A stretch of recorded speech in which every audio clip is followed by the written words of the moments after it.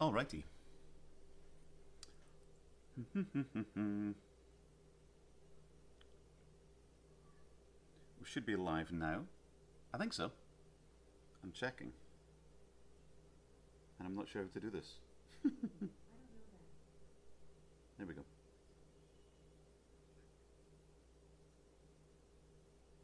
Cheers from Colorado. Fantastic. I guess we are live then. Just going to organize my things here so I can see.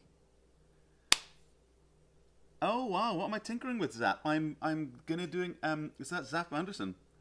I'm doing a little live session from my little desk here, and I can show you what the desk looks like that.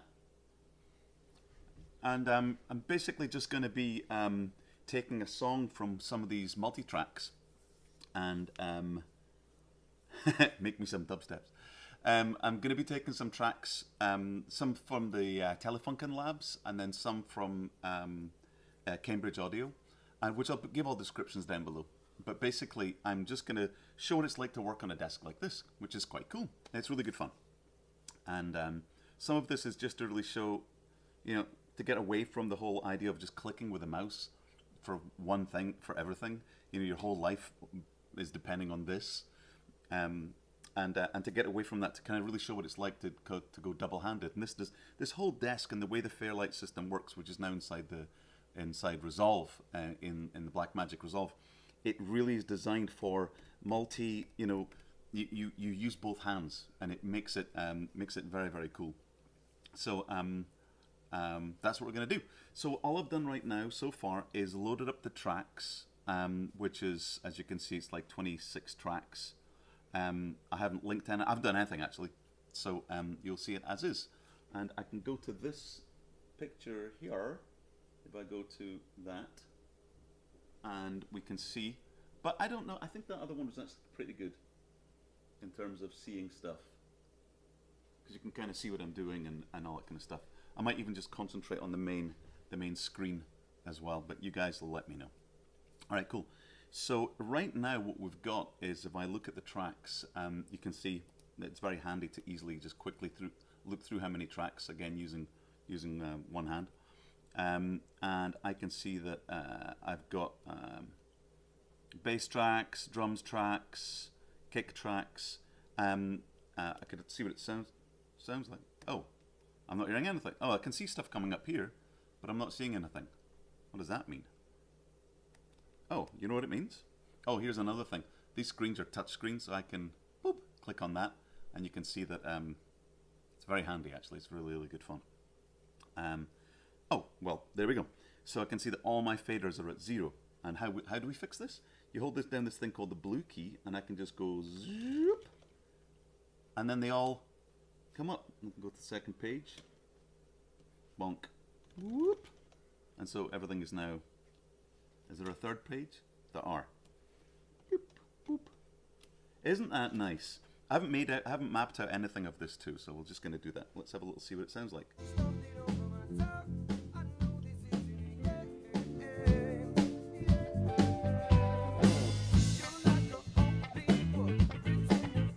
What does it sound like at the beginning? Ooh.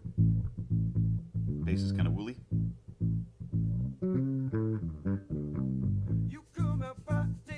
All right, we've got some stuff to tidy up here.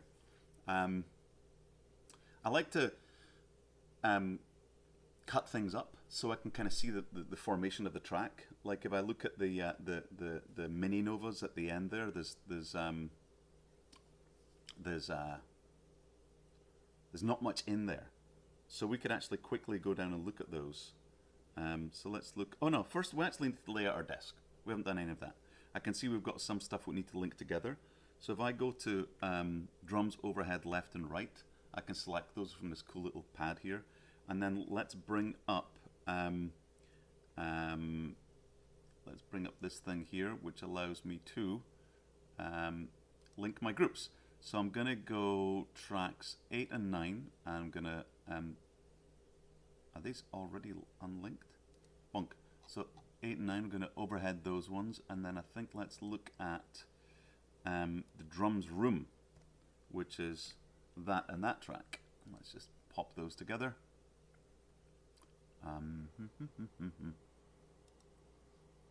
What tracks were those? 12 and 13. Oh, there they are there. Bonk, bonk. Let's link those together. Cool. Anything else? Horns, trumpets. Oh, and the mini nova left and right. Let's just put those together. And that is on 2223. Mini nova left and right. Bonk. The keys, the Juno is just on its own. All right. So now what you start seeing is on the tracks here, if you go off of this and you go to, say, this mode, you can see that there's gaps that's appeared on that left-hand monitor there, and there's gaps over there. So what we're going to do is I'm going to actually map these faders out. And there's a shot for that. I can give you a close-up of what the desk looks like. Whoops, I think I've totally messed everything up.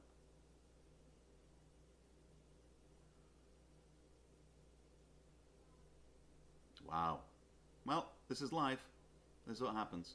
So what you're seeing here is something that isn't quite correct. Clearly, it's very fuzzy. There we go, and it's working. This is the main keyboard down at the bottom here, which is really cool because on one thumb here you've got all your controls and then your actual commands. So you got your mixer, you got your editor, your set, and so your mixer, editor, record, and they're the ones that are most important. Those are on the bottom here. Those are the coolest things ever.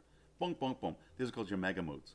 And then what your tools are here, cut, copy, paste, those are your actual commands. And then those commands then relate to your right finger. So if I'm saying, well, I'm in the editor and I want to copy something, and here it says copy clip, erase clip. Go copy head, copy tail. And if I go into erase, it's erase clip, and if you've got a range on, those change to erase, erase range. Same thing for all of those. So they're super, super handy. And then as you can see right here above in the menu here, you got split clip, mute clip, cleave clip, and a few other things. So it's kind of handy.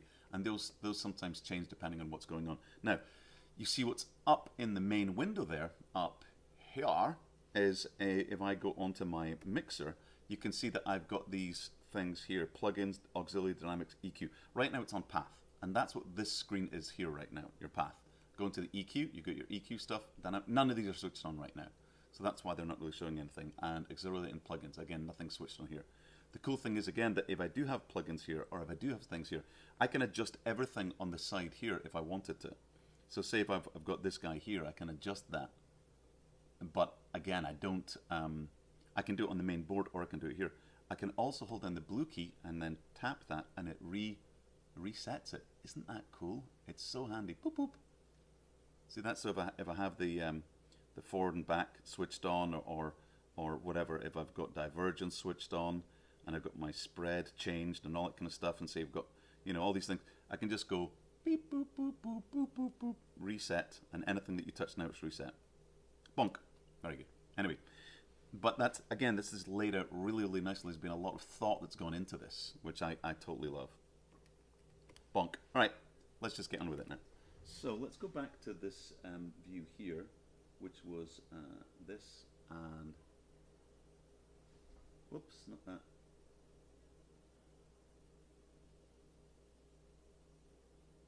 I surely am making a mess of things today. So what we're going to do is lay out the track, and right now we have just a gap here. So let's just put all the drums in one place. They've kind of been laid out in a bit funny, and then I've got the snares and all that kind of stuff, and the trumpets, and then the background vocals are over here. So let's just do some cleanup. So the way you do it is you go on to you go into setup, and then you go map faders. What is going on here? Oh, I know why. Oh, darn it, I've got my my things is on, my macros are on loop, and I don't want them to be on loop. Take off loop. All right. Hopefully that sorted things out. All right. What was I doing? I was in the middle of doing something very important. Oh yeah, mapping my faders. So I was going to do that and then press map faders. And then now what it's doing is it's showing you where you want these things to be mapped. And you can see on the left-hand side, so we might not be able to see it actually. I'm going to start just mapping my tracks out. So let's just put on here. I'm going to put the bass and then bass, all the drums down there. Drums left and right. And then I'm going to put drums, drums rack, drums room, and then oh, hang on. Is that drums, drums room, drums rack, drums room? There we go. And then I'm going to put my snare over here, snare bottom and top, and then I'll get my guitars over there, trombone, keys, Juno, Mini, and then I've got background vocals here. Then I'm gonna leave, and then I've got lead vocals on the last two. They're funny being over there, but that's fine. I guess that's okay. All right, so that's done. And now, but what I want to do is, let's have a little look here. Oh, I think I've messed things up actually. Good Lord. Yes, I certainly have. Let's do that again. Setup, map faders. That's all good, but I want to do...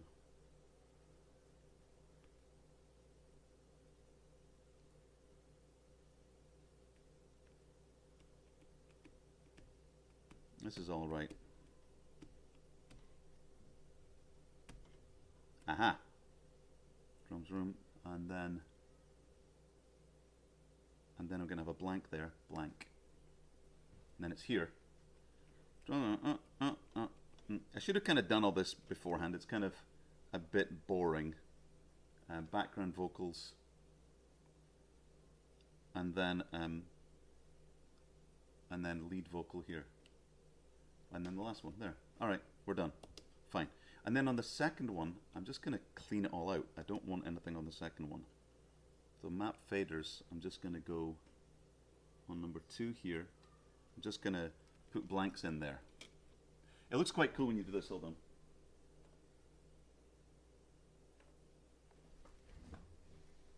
And I'm just inserting blanks here. There we go, and it's over here. Is it?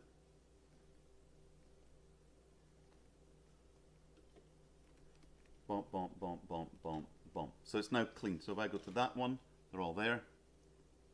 And then that one, they're all there. That makes sense. Okay, cool. All right, we're getting someplace. We still haven't actually done anything yet. This is just organization. Okay, coming out of fader sets, going back to editor. So let's have a little... So one thing that I found that what I was doing before is that I was saying I was usually tidying up stuff. And if we went down to say, let's look at the bass tracks, for instance, right? That's these guys here. You can see there's a gap there. Now, again, a lot of the times what I've said I like to do in the past is I like to chop things up. And what you traditionally do is this. I'd come along, and I'd come along here, and then I'd say, I'd go to split clip, which is right there, and I'd solo this one, right? So if I go into mixer, path, and I just go solo, so I can just solo this. I can also do it in the desk here, but now I've just got this solo, so that's just this bass track here, right? So let's just say I'm going back to this, and what I could do is I could just go, oh, I'm just going to split this here, split this there, and then my right finger just goes bonk and deletes that, and then I come across here. So right, so I can do that, and it's nice and easy, and it's actually quite enjoyable compared to, you know, in other systems, right? But what I'm going to do now, if I just go undo, undo, and undo, and undo, and I'm just going to undo all these guys, right? Now what I'm going to do is I'm going to do a thing that basically automatically does it. So I just press this button here called gate, boop, and it brings up a little thing, and what it does is it's going to automatically trim everything that I need out. So I'm going to give it a little frame handle at the end, like that, and then I'm going to give it stuff at the beginning. So it's just got some handles, and then basically you can see there's the threshold. It's already done it, and I can give it a bit more gap like that, And then basically, I do that. It's done. And now it's automatically cut out all those bits for me, so I don't need to really do it. Go to the same for the second one as well. Again, it just gives me cleanliness. Switch on the gate thing. Have a look. Bonk. Looks good to me. Close. And it's just super simple. You don't need to do it on every single track. And if we were going to come down and have a little look at, say, let's look at these drums. There's nothing in that track. Let's have a quick look at the track though. So how do we do that? Clip level. Let's put the display of that clip up. Again, there's nothing else in there.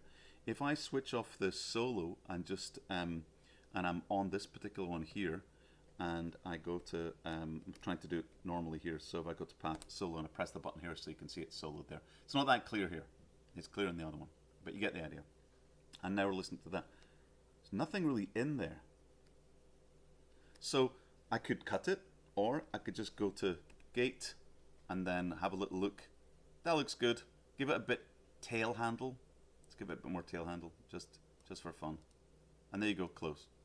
And then I'm trying to stay off the mouse as much as possible because that's half the thing. Same for the keys for the Juno. Do the same thing. Whoops, not takes. No, takes goes away.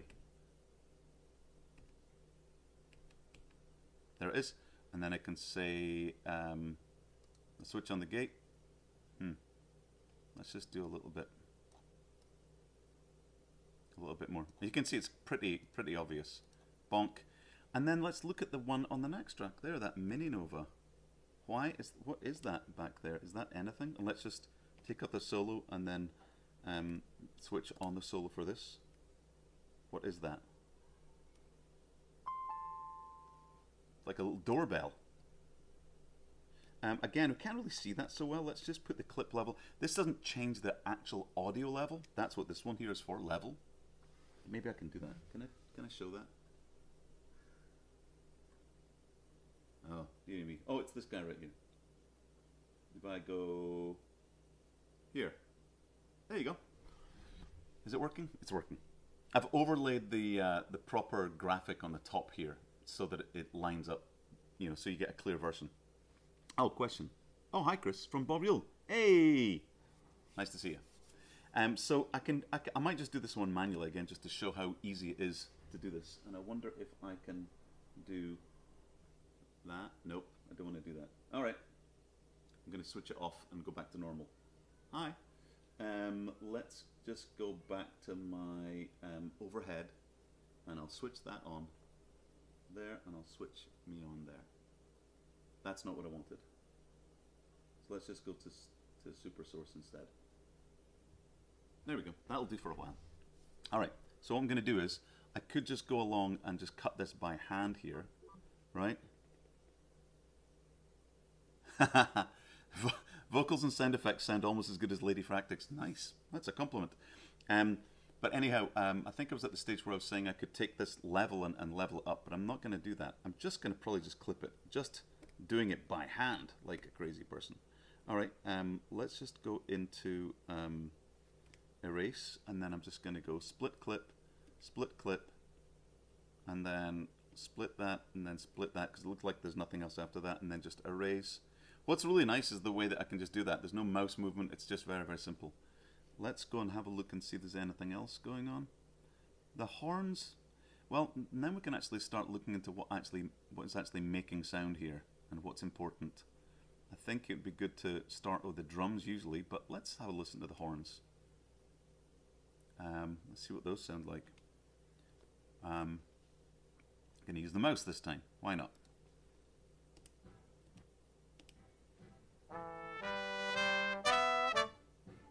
So as you can see, a lot of this stuff at the beginning sounds just noise. Oh. So it's marked horns, trombone, but on that left hand you can see somebody's got a shaker there, so we need to keep that.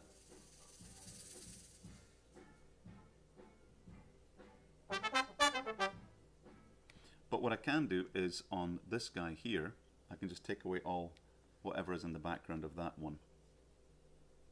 Let's tidy this up. Yeah, it's in the background there, we don't need it. So let's just kill that. Whoops. And let's just see where we come in. Is it nice and clean? And now what I can do is, if I go to trim, this trim button right here, I can just go trim the head, and there it is there. But what it does is it shows me what's beforehand. If I do this and I go trim head, it shows me what would have been there before I let go, and then when I let go. And then I might just do the tiniest of fades in there. Fade head, bonk.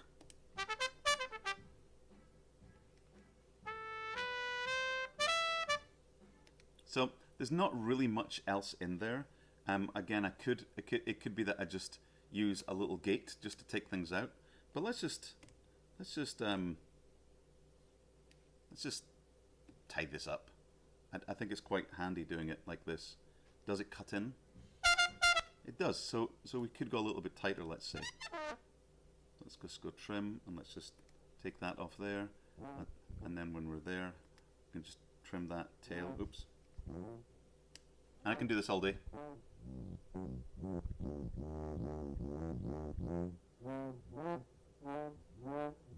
Oh, make it louder.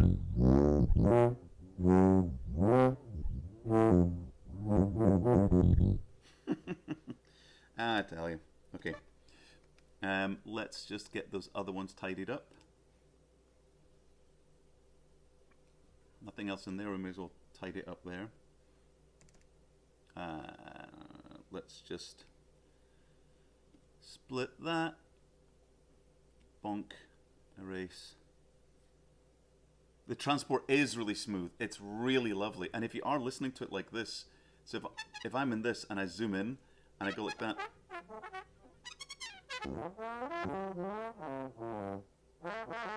And I go even closer. I mean, it does sound silly, doesn't it? But it is super, super smooth. The only one that was smoother than this, I would say, would be the Fairlight MFX. And one of the engineers that worked on that was the lovely Steve Rance. And he was telling me that the encoder didn't go through this part, didn't even go through the computer. It didn't do anything. It went directly to the card that controlled this.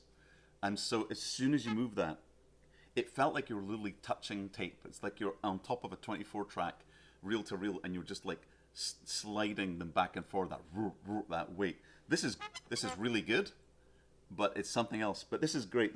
These have got little bearings in them, so they rotate around nicely, and this whole thing's got a lovely weight to it. So yeah, it's really lovely to use. And let's just go in there and let's have a little listen to what that is.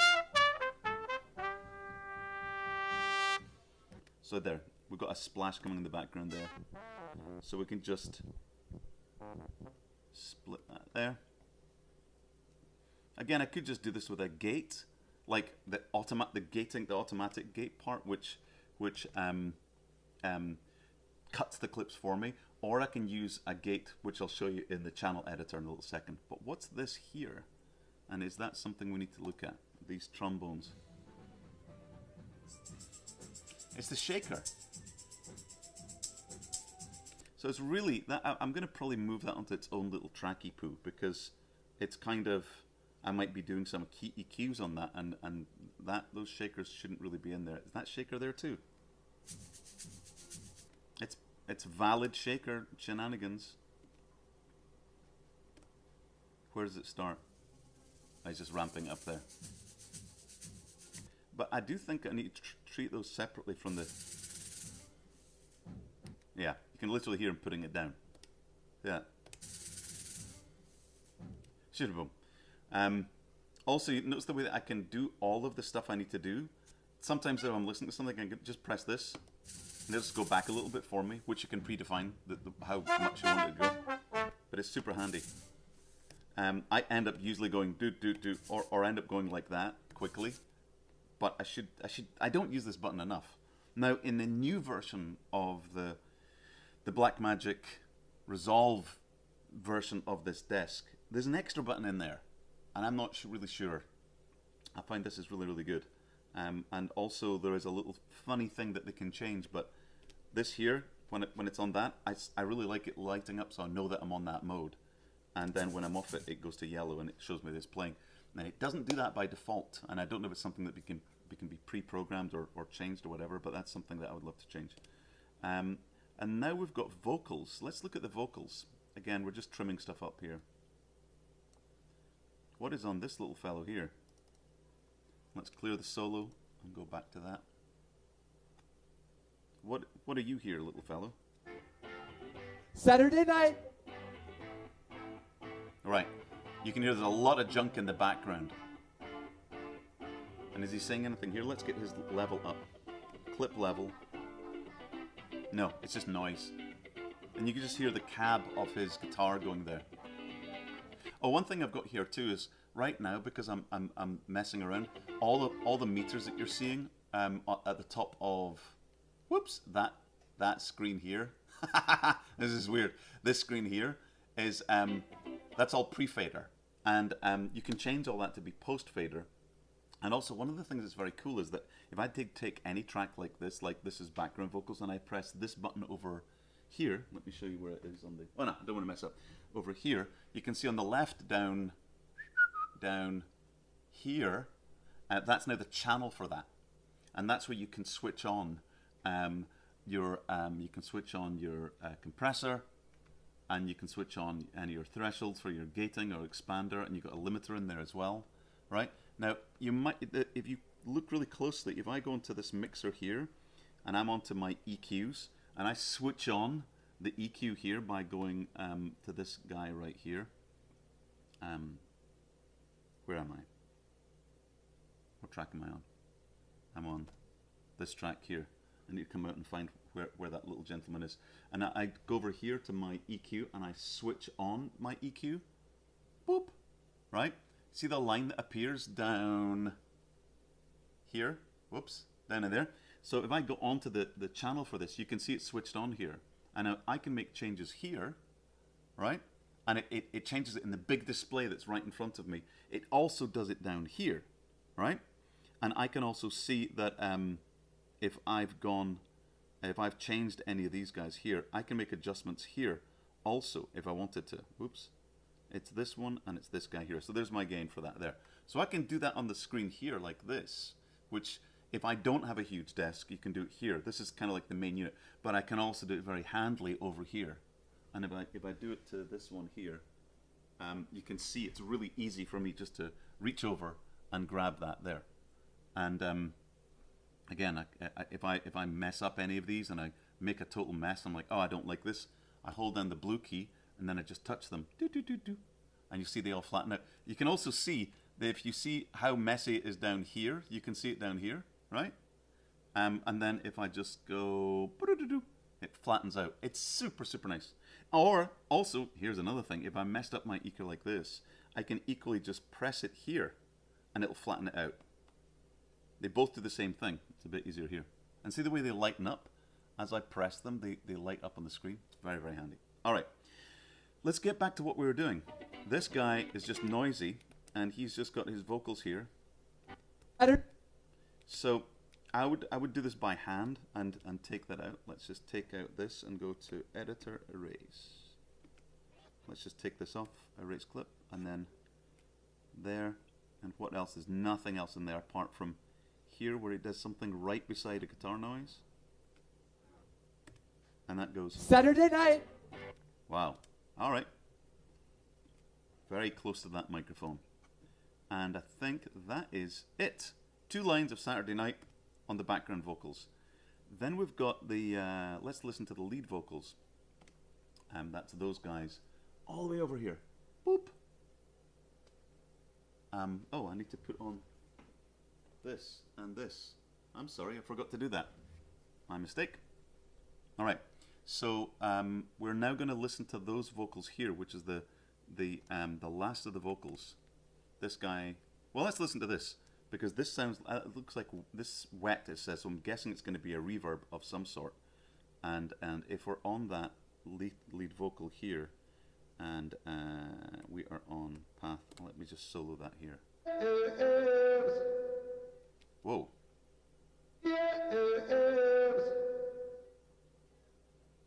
Okay, I thought this was going to be, this is something different. Right, I probably need to use this. There's nothing else in between. So it's an effect that was sent from the desk but it's not on everything because you can see it's here and that lines up with those other ones there. What the heck is going on?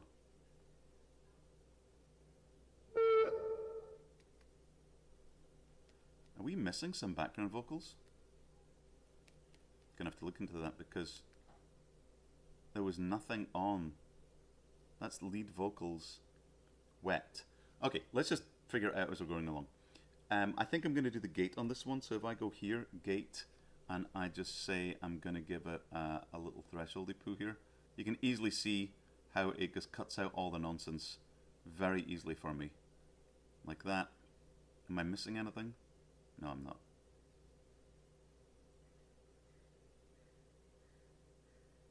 That's great. Wow, so handy. And then I guess I'll say I want a bit of handles at the end of all of these just to make it easier. And that's it, done. Bonk. Wow, that was so simple. I can also select everything on a track and give it an in and out fade. I can just say, give those all a fade, but I'm not going to do that. I don't want to get too silly right now. So let's look at this guy now. And let's listen to his vocals and see what we've got here. Okay, he's leaning across to a different mic. You can hear it. So if I do this, lean across, right? You can even hear him doing it. You're like a holy book written for winter. All right, cool. We can clear that solo there, and then let's have a little listen to what we've got. Let's go to all the tracks and let's start sorting things out. Let's start listening to the drums. And let's just, if we go up to the top, we've got our bass. Let's just listen to those two people right there.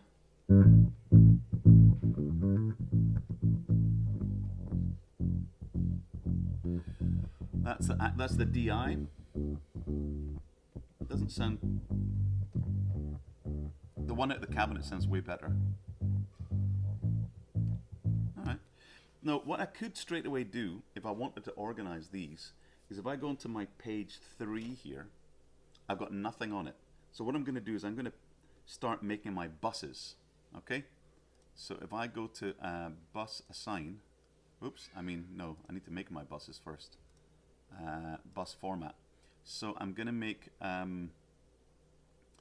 bus format, and we're going to make this one stereo, and it's going to be vocals.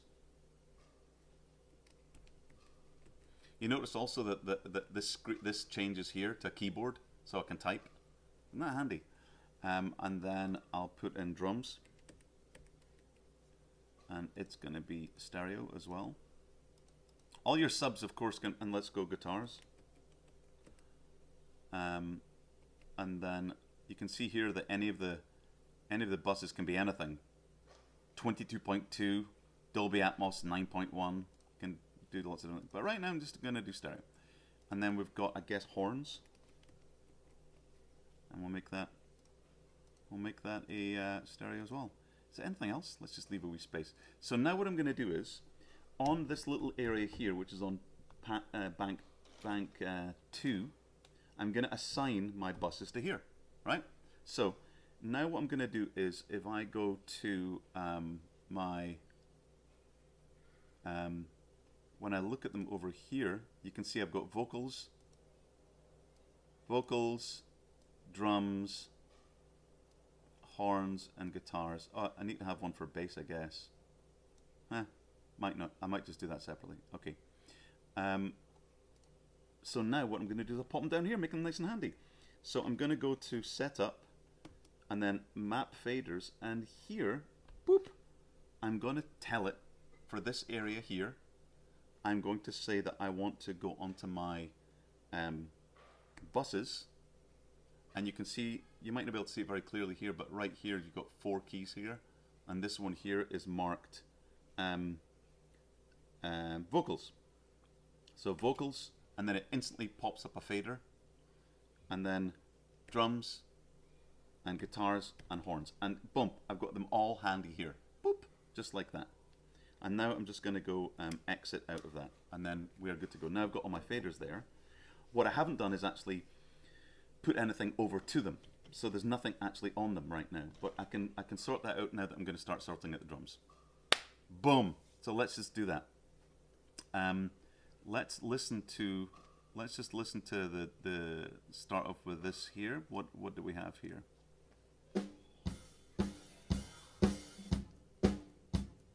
Seems to be a bit of everything. Okay. Oh, very good hi-hat. Wow.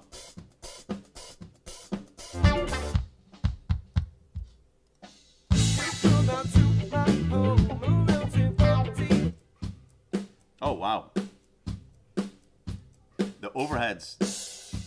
Generally, overheads suck. These are great overheads. Definitely be using those.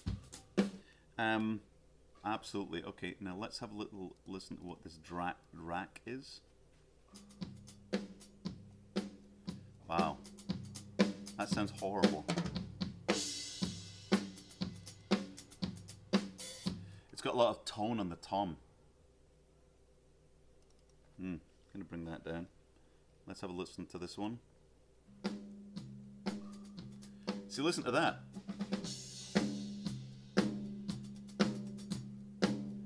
I mean, that's just horrible. It's got just a resonance from that. I think I'm going to mute those because these are just. I'm just going to keep them. Might even throw. I do. Maybe I'm missing. If I go over here, what do we have here that's of any benefit?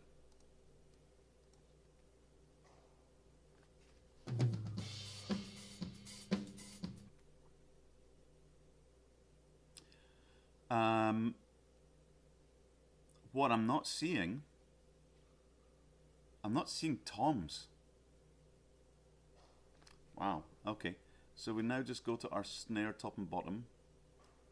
I usually like to lay out. So what's this guy here?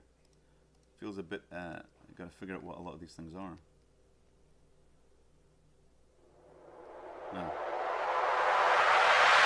Wow, okay. Snare top and bottom, let's have a list of those guys.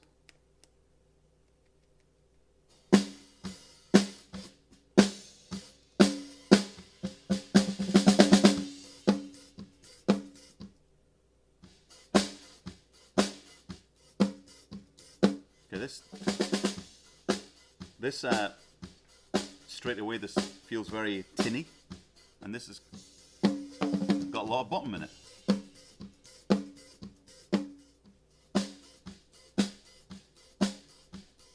I think immediately this has got too much. Let's switch on the EQs for these. And this is going to take the.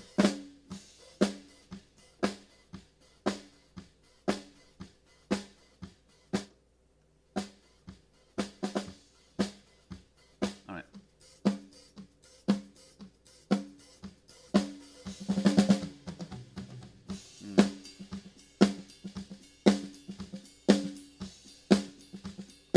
Okay, let's just pop those over a little bit over there. Oops. All right, now let's have a little listen to some of the. Tell you, I think those overhead, those.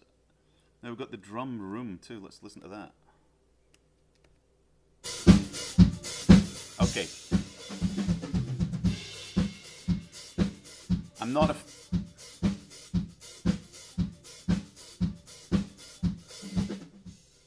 Yeah, it's really funny because if I take this out and I just go to the overheads, listen to that, right? And then when you listen to the drums room, it's so muddy and messy. 40 Thieves. 40 Thieves says, nice to hear someone admitting something sounds horrible. Yeah, I mean, it does. But again, I shouldn't really say anything because I wasn't there. I wasn't recording. It wasn't my recording. And it's easy for me if something says horrible. I have been in situations where I've come back from a session or something's given me something from a session and they've gone, the drums are horrid. I couldn't get the engineer to do anything. we have to fix everything, and we have to literally tear everything apart, and then sometimes things were moved and then not fixed for the next recording, and then you've got like this snare with this hi-hat right on it, and they're just completely smushing over everything, and it's awful.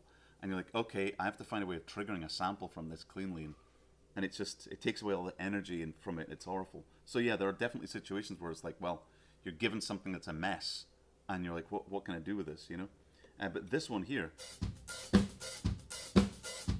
and then this. So maybe there's something in here that's good. No, let's have a listen there. It is wider sounding, if you listen to that. Right? And then you listen to this. Yeah, I mean, it's got a width to it.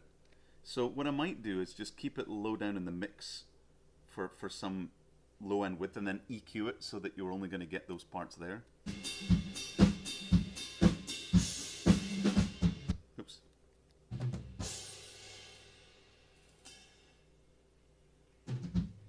Huh. Yeah. So let's just do that. Let's have a little listen there. If I just balance these guys out. This is on its own. Whoa. Okay. Cymbals are high. So those overheads are kind of close to those cymbals, so they're getting fairly splashy, smashy sounding.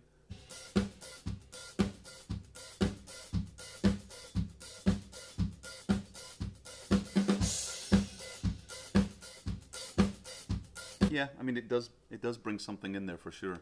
All right, let's just start getting the. So I feel like the drums rack and the M80. I'm really don't think I'm going to use those because they just sound like.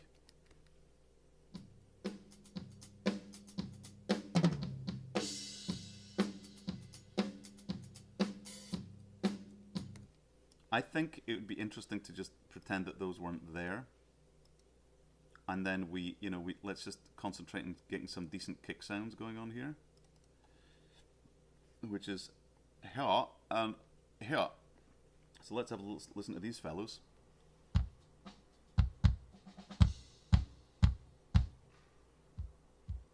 Ooh, very low.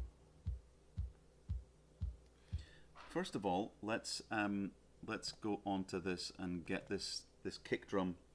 Right now, its levels are really low, and I could get a compressor. But what I want to just do is just fix the levels.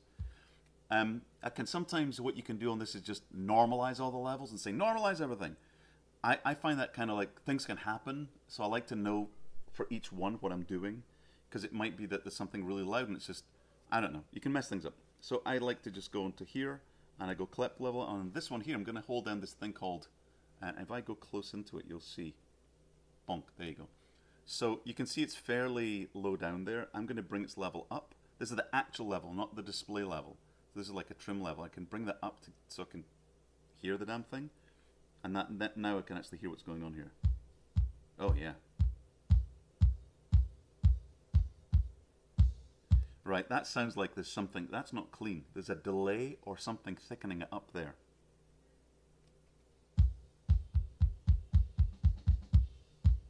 No, it's just really already pre-EQ'd down there.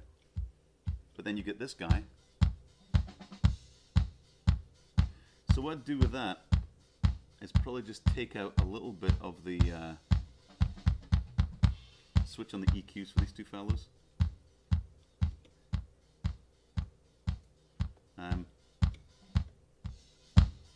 And then let's just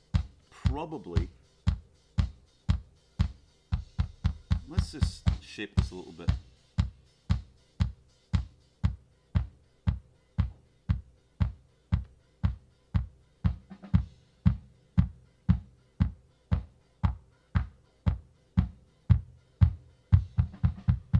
Oh, now you can't see what I'm doing. Let's make it that you can see what I'm doing. Let's put that to this fellow. There we go. So now you can see what I'm doing here. I'm listening to the sound of the bass, right? And then I'm sweeping through to find better sounding parts of it. And that's huge and very.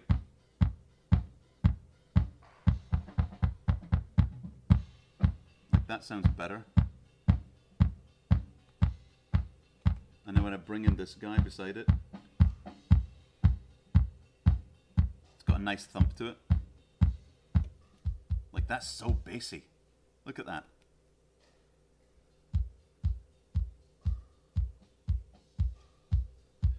So I'll probably end up compressing that a little bit later on. But right now we've got that, which isn't bad. Oops.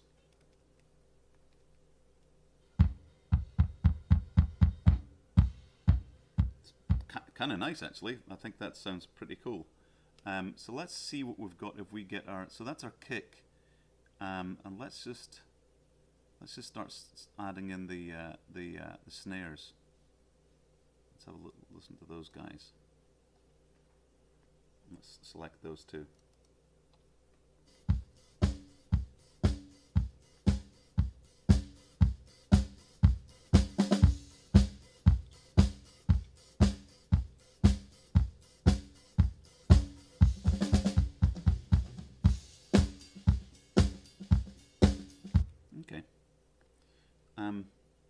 Let's just switch off those.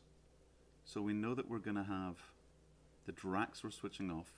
These guys we're going to have low down for now. The room. Oops. These guys. And then the rack switched off, and then the overheads we're using too. So, alright.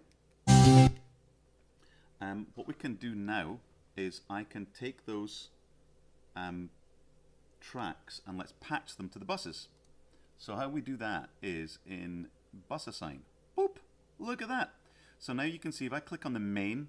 Now this is important because this is the same way that it's now still being done in Blackmagic's version of Resolve. Still there. And so what I'm going to do is I'm just going to go into drums and select what I want from here, which is going to be drums shell, drums, drums, drums, drums, kick drums, drums rack, drums, drum to drum to drums, snare bottom, snare top, drums, and then that's it. May as well do the guitars from some here. Guitar is going to be electric and electric. Oh, is that it? Oh, bass. Let's just put. I'll do it in there for now, but I'll probably put a bass in separately. Okay, horns is going to be horns.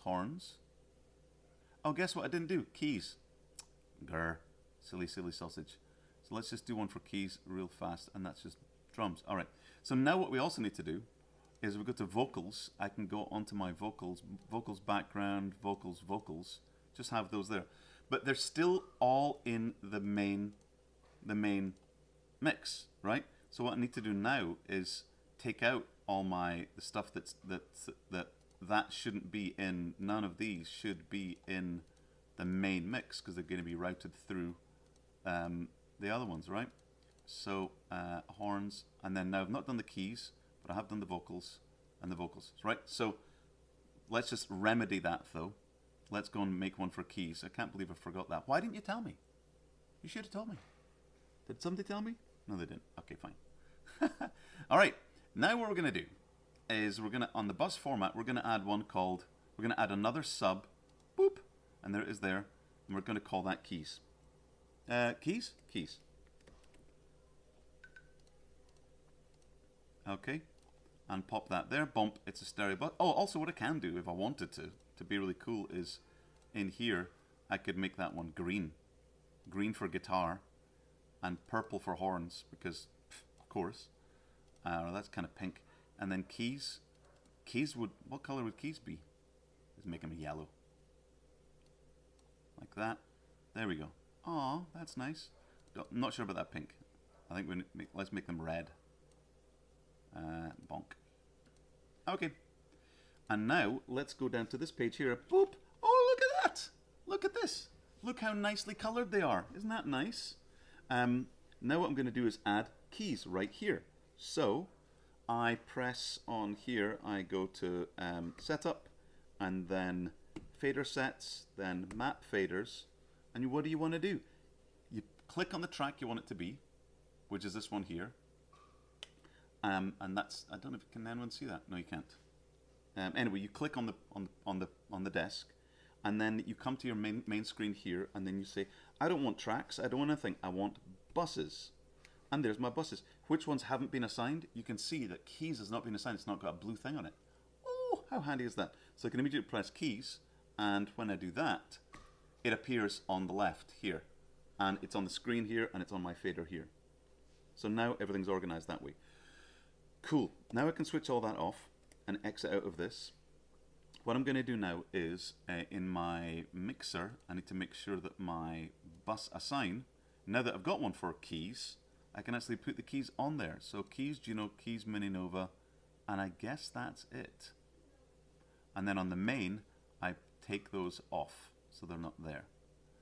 And then the only thing I need to do now is just make sure, oh yeah, I just need to make sure that those buses are patched through to the main bus. Right, and there we have it. So now if I go back, I can just go back to there and just say, well, let's just listen to, switch off all the solos and switch off selecting anything, so nothing selected. So now we've got everything. And there's our... Alright, there we go. This is making more sense now.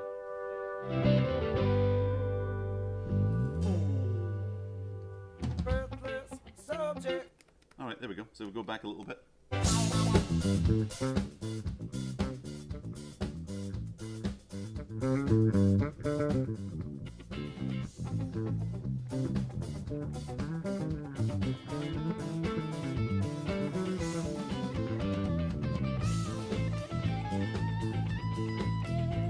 So it's in solo land, clearly. Okay, that's what that was. Oh. And let's have a little look-see here.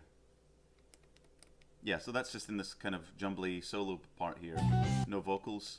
Let's go back to the normal part back here.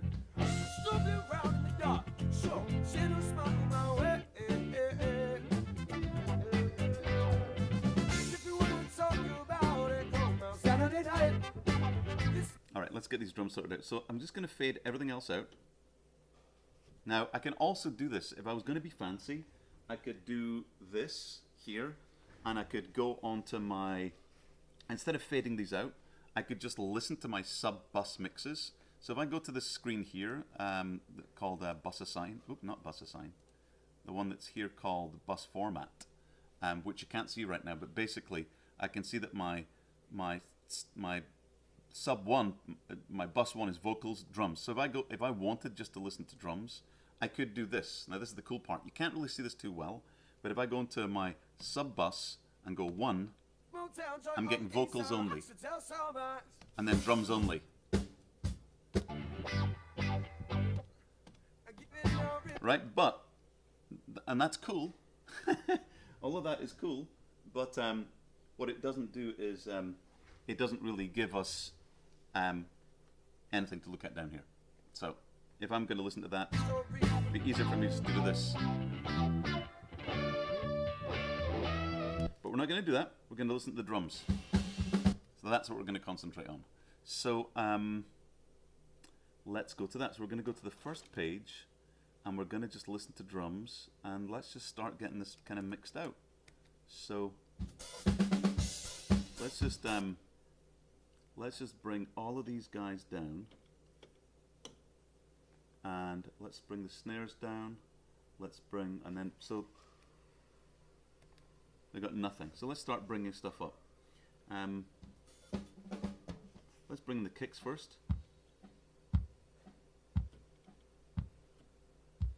Wow, it's so bassy. All right, let's bring in this. Let's bring in some of the little hi-hatty doodaddles.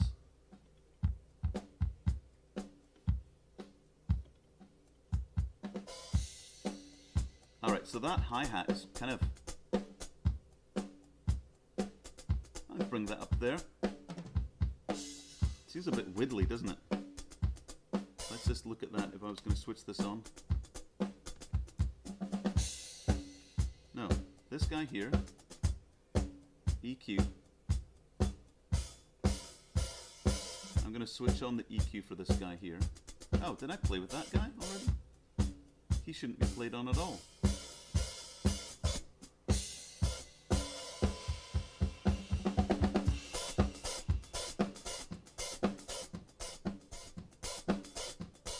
why that's on.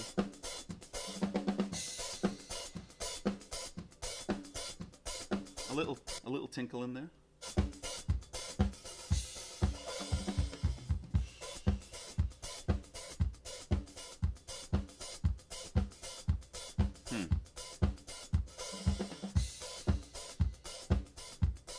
Pop those over there a little bit.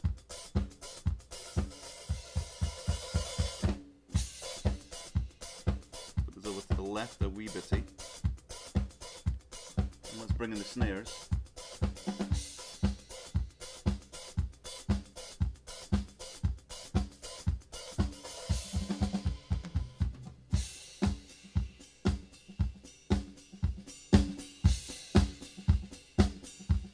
All right. The snares, it's funny that those hi-hats are really, really lively in comparison. Oh, Christopher Butler. Hey. Hi, Chris. Love your rebuild. Fantastic. Yeah. Oh, wow. Nice. I have to read that in a little bit. I don't have my glasses on. Yeah, this desk is really nice. If I go into one of these other views, like this guy, like here, this is where I can just geek out all day, and it's funny, we can't really see, but we've got the clouds above us here. I'm not in the best place. This should be centered in the room, and it shouldn't be beside my kitchen. But what I've found is that this area over here, I've got a big kind of open area over here. It doesn't hurt. It doesn't feel like it hurts. I get a bit of high mid-frequency reflection, but nothing that can't be tamed down. What I do want to do is get rid of this desk here to put this more in the center, so that this can be centered and away from the wall, because I'm doing a very naughty thing. My monitors are about 5 inches from the wall, and it's bad. I should not be like that. We should be much further back, should be super organized, and it isn't. But I'm doing what I can here. But it's a lovely desk, I have to admit. I'm very, very lucky to be having a desk like this. There we go. All right. So where was I? I think I was in the middle of, just need to read what he said. Looks anywhere near as same that as the LAW console, the main. Oh wow, well, I mean, maybe this picture makes it look bigger, because it's a medium format desk. I mean, I'm here. This is my hands, and it goes out to there, so it's not like it's not like I've got gigantic 5-meter long arms, you know. What are you doing? I'm building up my new music room. Ooh, I know. The level of compromise is a struggle, but yeah. A lot of the stuff nowadays you can really, you know, I think the experience of mixing these things and doing it is great, and having this tactile feeling is great, but now I think the monitoring, there's a lot of these headphones that give you really good monitoring options, and I'm looking forward to having some of those what they called MX or something or other. Anyhow. All right, let's continue. So what we've got, let's go back here and let's listen to some of this drum stuff. Like, see, now those hi-hats are really quiet.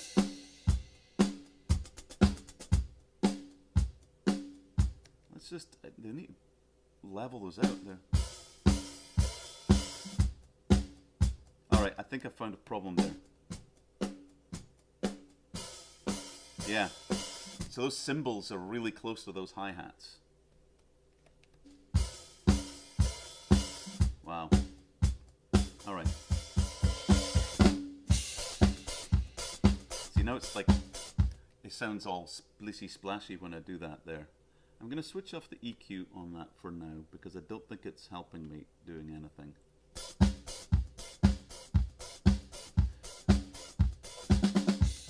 All right, and then we've got those guys bring in, and let's see what else we've got to bring in. The drum overheads, I think it was the drum racks we didn't like, but the overheads we did like. Oh wow.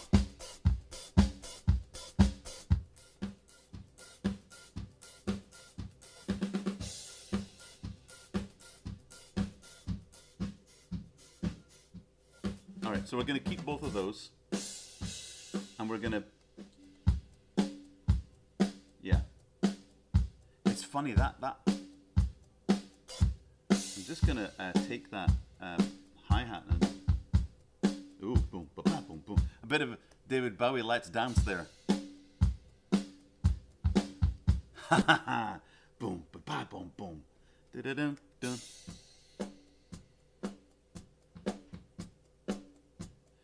So I'll probably later on get a multispectral compressor on that, because there's some different parts that I need to even out.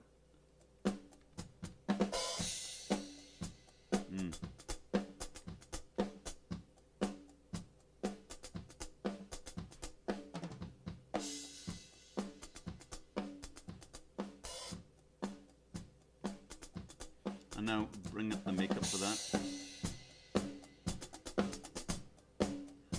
I'm just doing it as a simple compressor just to level out a little bit, so that because we've got some real differences going up there. We've got some loud stuff and then some quiet stuff, and I'm just wanting to bring up the quieter stuff, so that we've got a better chance of leveling this out. Wow. Yeah.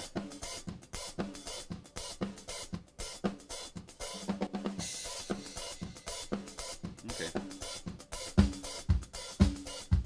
Now we can bring down its level without it being too much. Bring down the makeup.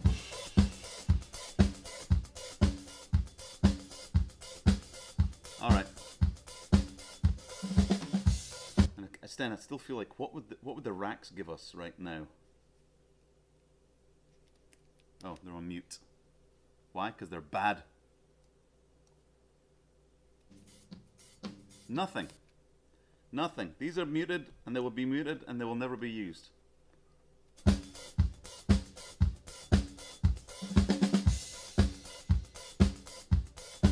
Listen to this.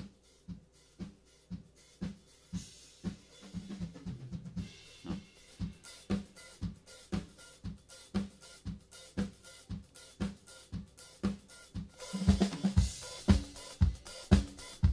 So let's get that snare, the top. Let's listen to the snares again. Oh. Integration of the monitors. Oh, wow. RGB scribble strip displays. Holy moly.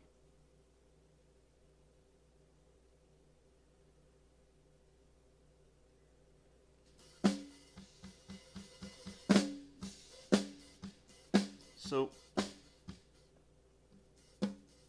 it feels like this one needs a bit of compressor to pull up the bottom end a little bit. And let's do that.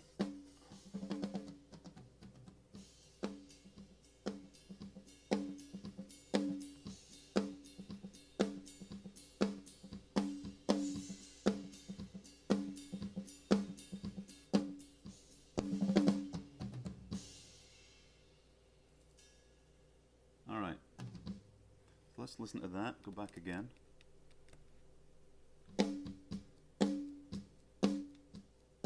Right, so I've added a wee bit of compression in there, just 2 to 1. And then I've got this guy here, which has just got nothing in there, innit? That's the one I'm listening to. Listen to that. Actually, something weird is going on there. Let's switch off the EQs on this. Listen to that. It's got this weird, like, flaffy, raffy thing going on.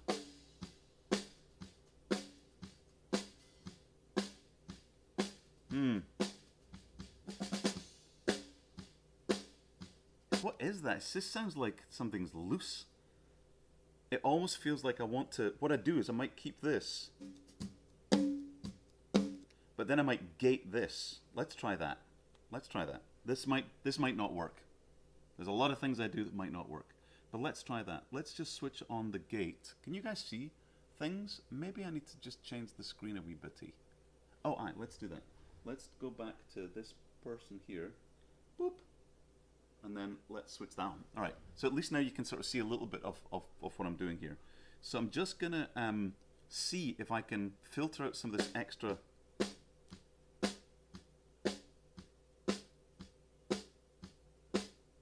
It's funny, is that... It's just odd sounding, isn't it?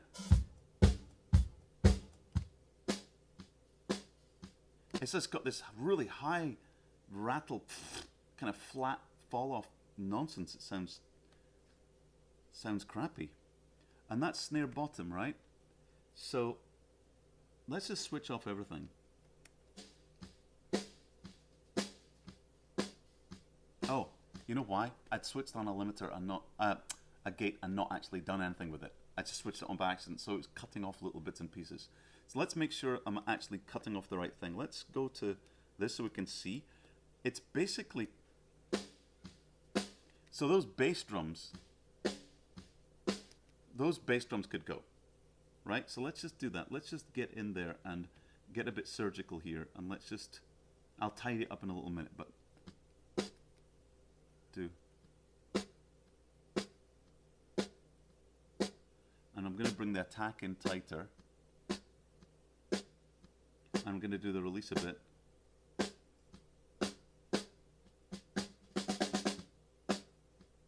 And I'm going to cut off the bass a little bit more to hopefully not get that bass triggered. Okay, I'm going to then press on this thing to give us a hold, a little bit of a hold. Like 90 milliseconds hold. And you can hear the bass drum is tweaking in there a little bit, but at least it's not as bad. I'll pull up the gate a little bit higher. There you go. Now it's that, and I'll add a bit more of a release. And I've got the attack all the way down. It's losing a wee bit of punchy poo. Let's see if I can just bring up some of the markup a little bit, bring the whole thing up a little bit.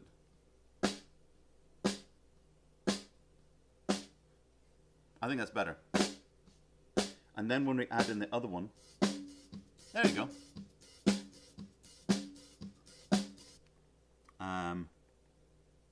Yeah, it sounds blowing on a tin ribbon. It's exactly right. A tin ribbon. God, that's funny. So there we go. We've got this guy here, who's got the more of the thickness of the bass there. It does feel like I want to clean that out there too. Let's just look at this guy a little bit. So that's snare top, and let's switch crap off here. I've a little bit of a compressor on there, which is correct, and I've got a little bit of markup going on there, which is correct, and that's all I'm doing. See, I wonder if I switch off my compressor and I see if it can just, it just sounds a bit bleh, doesn't it?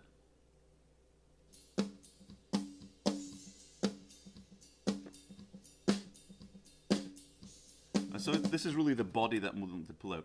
Okay, I'm going to do another experiment. I'm going to try and cut off all that other crap that we're getting there. All right, so that's too tight. I'll give it a bit more of a release. And then I'm going to put the hold on a bit longer. Oops, I'm going to go a bit where you can hear it.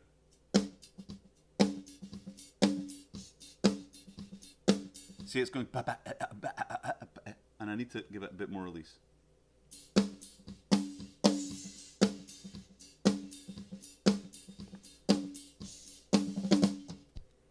Assuming the phase is flipped on the bottom as opposed to the top. It can sound hollow if not. Yeah, it might be. Oh, you know, that's a really good idea. Let me listen to that on the bottom. Let's change that.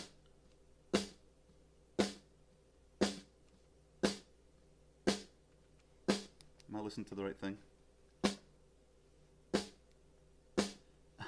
Are we on the dubstep yet? Not yet. It does sound a wee bit better when it's phase inverted, doesn't it?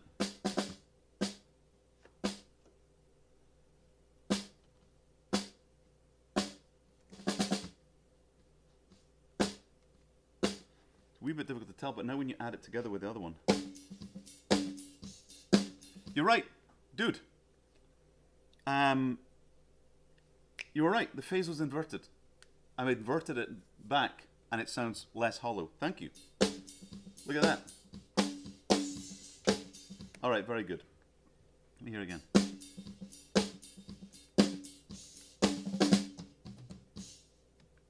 Actually, it's weird. It's the other way around. It's right. It isn't flipped. It's when I had it on, it was sounding weird. I just got turned around there. Together is when you can tell. Yeah, of course.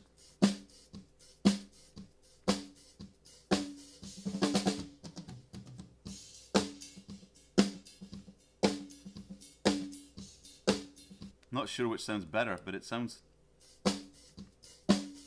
No, I think you're right. I'm going to leave it on for now. I think you're right. I'm going to leave it on. And let's see it in comparison to everything else.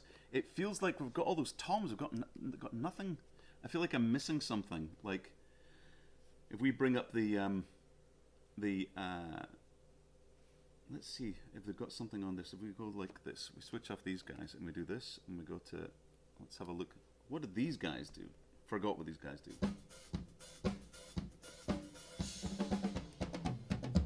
They're doing nothing. Off. So let's just listen.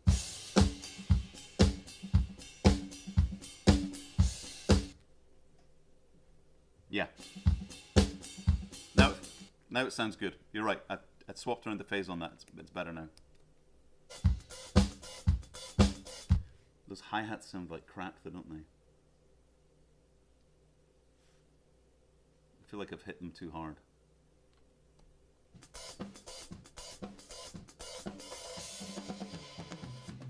Hear that? Wow. Let's ease down on what the hell I'm doing here. No, I'm not doing much there at all.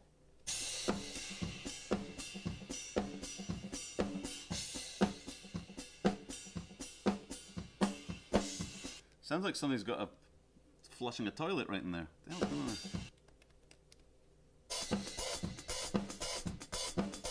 Wow, it's so harsh.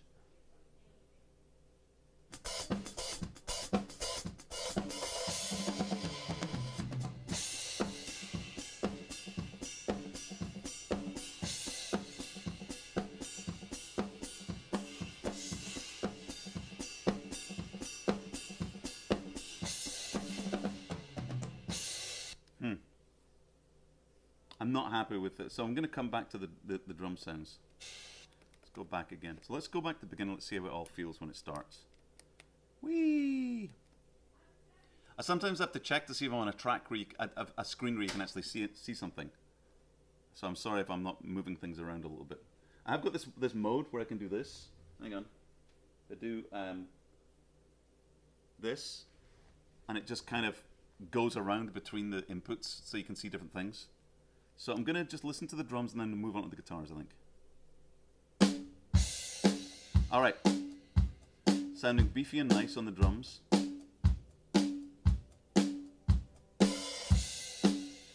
feel like even right now adding a little reverb or something on the... Is this working? I think it's working. Hang on. Did I press this? Is it this one? I'm going to leave that on. Alright, this isn't working, this isn't right. You should change to something else. Maybe if I do this, I go...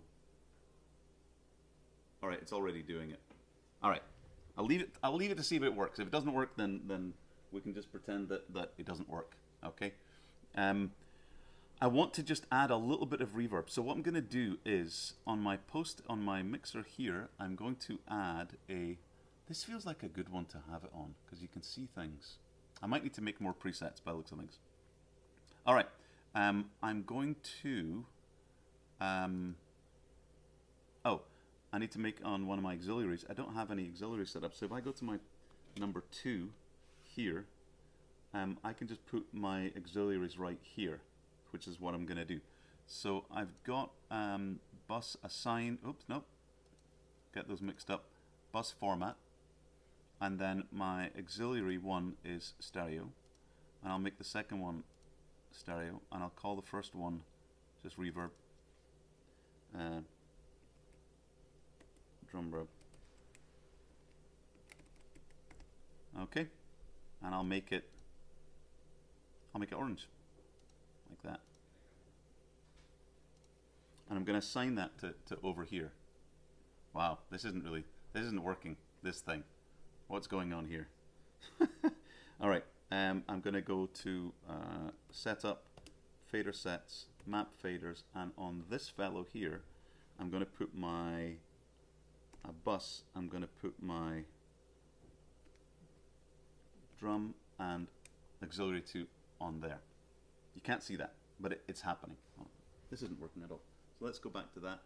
And so now what I've done is I've mapped those two to there, which is my, if I go back to my main screen, you can see that it's mapped all those two down here. It doesn't actually get the whole thing in, but trust me, we've got drum verb on there. So what I'm going to do is on that, I'm now going to go onto my that particular track, and I'm going to so we're on drum verb. It says drum verb here.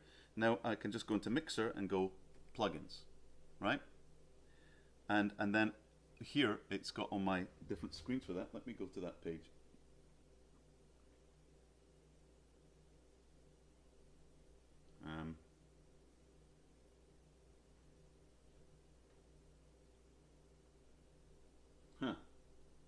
Yeah, I've really screwed the pooch on this one. But anyway, you can see drum reverb here. And then what I'm going to do is on auxiliary plugins, I've got this one called config and then add plugin. And then when I add plugin, it comes up on the screen here. And I can say, well, I'm just going to go and get my 480 Essentials, like there, and then I'm going to add that. Bonk. And then I wait, and then it comes up on the screen. And then the cool thing is, this is the best thing, is that if I want to, I can, you're not going to be able to see this, but if I go to this screen here, you can see it actually. This is going to work perfectly. I can just move it along with the mouse-inator here, and then you can see that if I do this, I can just drag this up and down like on the screen. Isn't that great? Fantastic. What's this? What's he saying? I just had it for about 12 months. Yes. Oh, what's this? Is this a self-contained proprietary DAW hardware system? So, Christopher Butler, what this is this is a this is made by a company called Fairlight, and then they made the Fairlight CMI, and then they went on to multi-track machines called the MFX, which is one of the first like main. It was used a bunch in Hollywood. Todd A.O. West had a bunch of Fairlight MFXs. There were 24-track mixer editors, and they were great. They were great for doing ADR. They were great for doing sound effects, and there was many shows that used them, they really are something else. And then Fairlight were bought by Blackmagic, and so now you can buy this desk as it is right now. Whoop. No, I don't want to put me there. You can buy this desk right now from Blackmagic, and it still says Fairlight on it, but what it also says over here is it says Blackmagic. And there's extra buttons like, see here, I've got my macros here on this little handy screen. They've actually just added another row here of macros. So that's where the macros are. Can I add my little face up here? I don't think I can. Oh, that's funny. Something has crashed here by the looks of things. I hope we're still streaming. Anyhow, they were bought by Blackmagic, and now you get this entire suite, and it's a lovely suite as software. But if you get the hardware that this comes up with Blackmagic, you get this. And the DAW that's inside Blackmagic Resolve is still called Fairlight, and I think it is just absolutely amazing.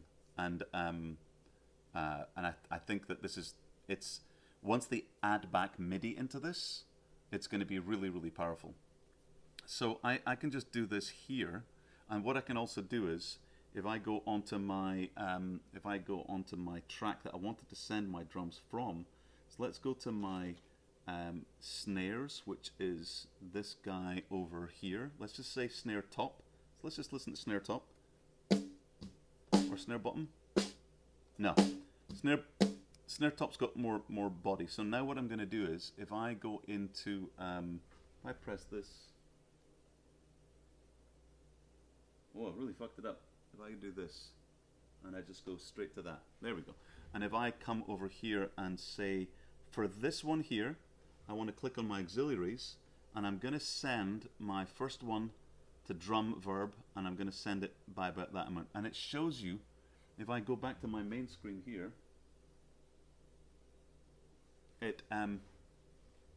it shows you right here. You can see this is switched on the bottom right one, and it shows the amount that's being sent. You'd have to look over on the right hand side of the screen. The middle right hand one there. I'll switch it on and off for visibility. Beep, beep, beep, beep. There you go. You can see it getting switched on there. So now I'm sending that reverb there. Actually, I'm sending it on the wrong one. Snare top is what I want to send it on. Right. So it's being sent to drum verb there. So you see it right there. So now we can listen to that.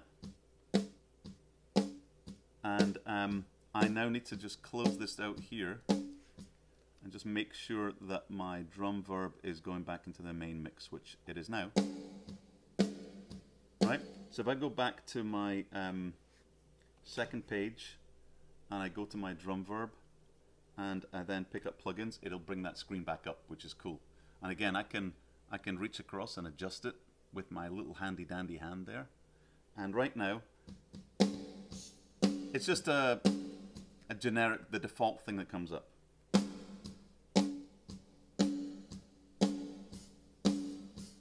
Right?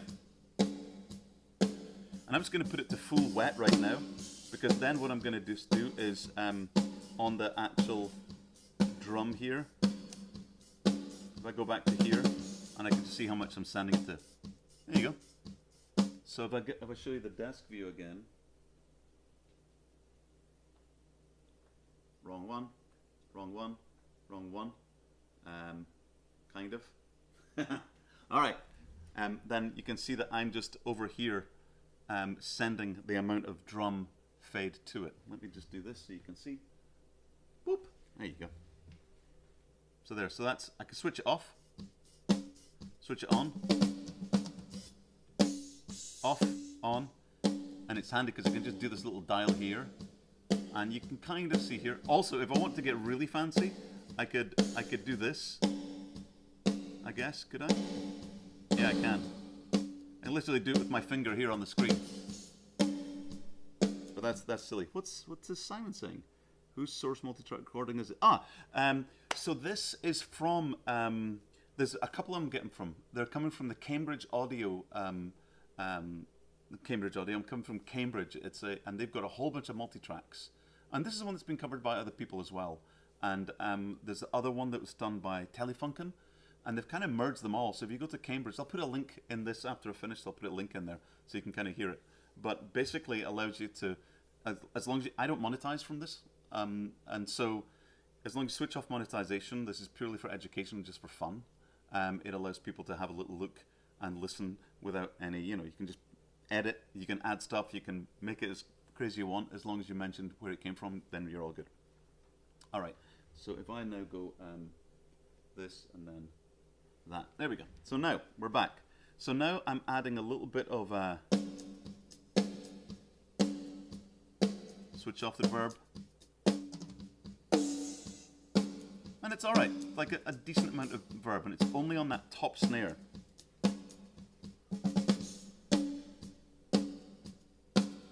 And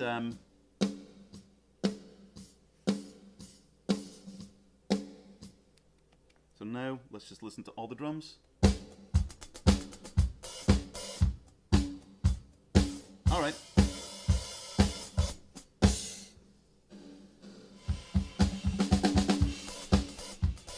So I still feel that those hi-hats are just too loud when they come in there. So I'm going to automate those.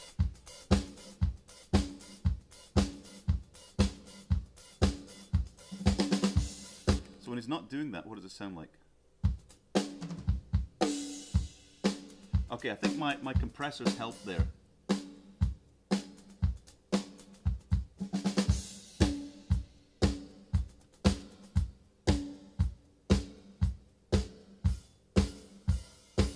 All right, cool. So now those drums sound all right. Bonk, we've just got drums on right now. Everything's off. Let's now listen to a wee bit of guitar shenanigans.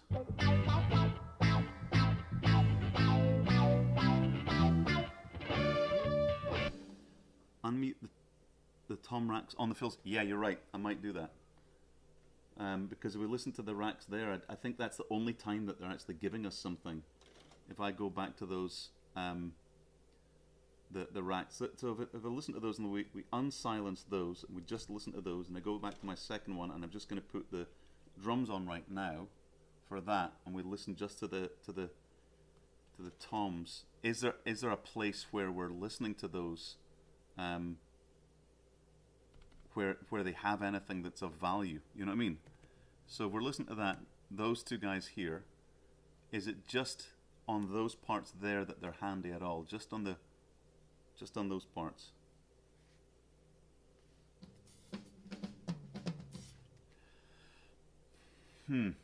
It's difficult, isn't it?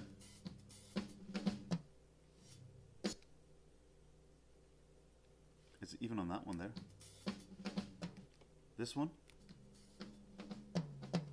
Yeah, you're getting a tiny little bit.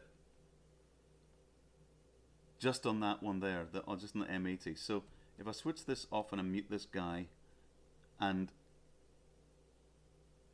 we'd have to really gain those guys. So let's do it. Let's give it the right kind of thing. So we're listening to this on its own, and we're listening to this guy. It's just boom, boom, boom. It's nothing. But you're right. If we listen to those little, even there. Yeah, that's it there, and then here. Wow. It's kind of crap, isn't it? All right, let's do due diligence. Let's do that. Let's get the clip level. Let's bring up the level so we've at least got something to work with. And let's try making these toms work. Yeah, it's almost like I could do it with some. Let's just right now try it with a gate. And let's see if the gate can do it justice. Let's just do this. Oh, maybe I should go back to my main screen. Boop, boop, boop. There we go. Now you can at least see what I'm doing. So I'm going to go back to the main screen. I'm going to take this track here and let's just make it a little bit bigger. Again, see the way I'm doing things with two hands here? I'm changing the scale of the tracks here so I can see what I'm doing. And the left hand, I'm doing something and I still do the track. So this whole two-hand thing is... put some big reverb on the EML. Yeah, I could. Boom. Some gated reverb. No, we're not going to do that. Oh, listen to that. That is horrid. Okay.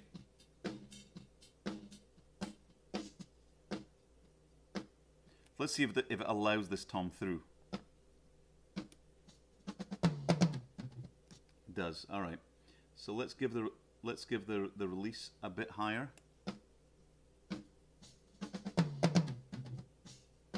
God, it sounds crap.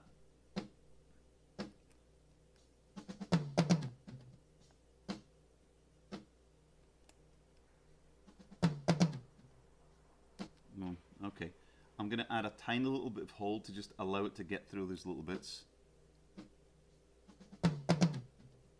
It's losing the bottom ones. Okay, I have to come down on my threshold a bit. Really crap. All right, let's compress this so that we can at least hear those bits a bit better. Bring up the thing. There you go. All right.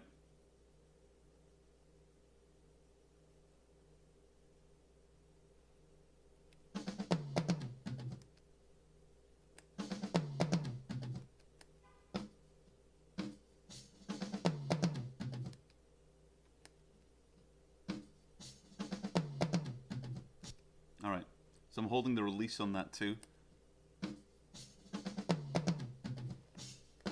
I would drop on automated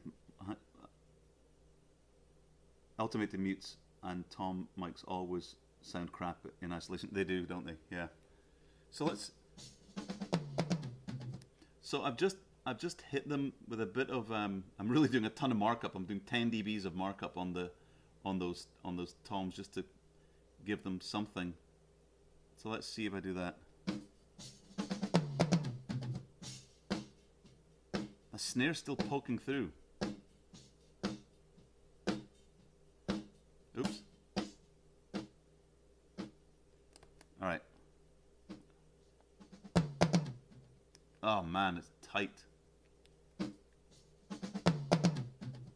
That's not bad. Alright, those snares aren't too bad. And I could just do mutes, automated mutes, or just cut out all this crap. You know what I could also do? I could use the gate, automated gate thing. Let's see, let's just do that. Let's have a little look. Why not? Let's just have a little look. So let's say that we're giving it, let's see. Oh, wow. Look at that. Look at that. Is that what we needed? Let's go back and hit, is there anything in there that's interesting? Is there anything there?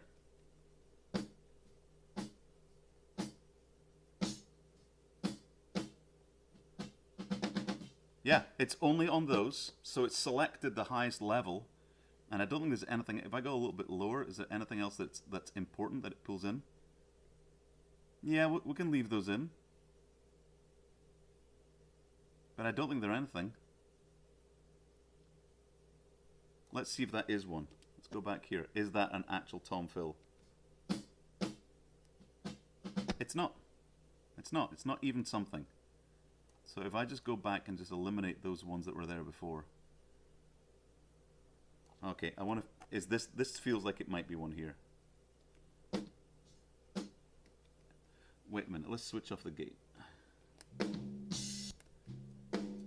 Listen to that. Listen to how boingy it sounds.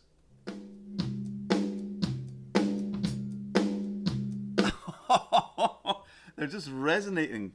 They got no dampening on it. There's no tape. They had nothing on those toms. They're just literally just sitting there. Feels like his drum is whatever's. Yeah, it was just resonating. Right. So if I switch that back on, and let's just get rid of that. So it's just the real ones. Let's see if its choices are good.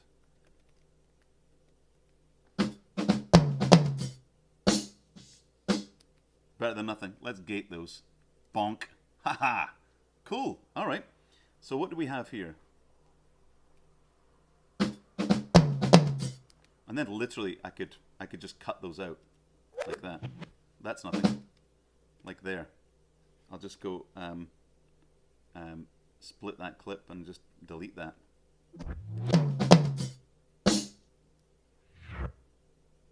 Bonk. Clip. Alright, this makes it nice and easy. Then I can just go over here and... That's a good idea, by the way, Christopher Butler. I would go to old school and listen to the tom track, unmute, no gate, and drop markers around. Yeah, and fill in those in and go in betweens, yeah. But this is quite handy. Whoa.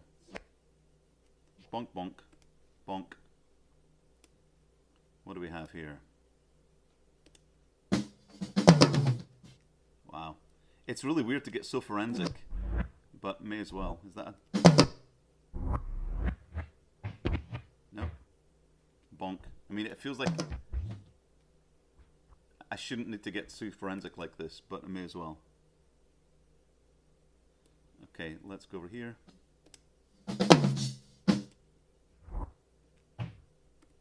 Bonk. All right. Let's go over here.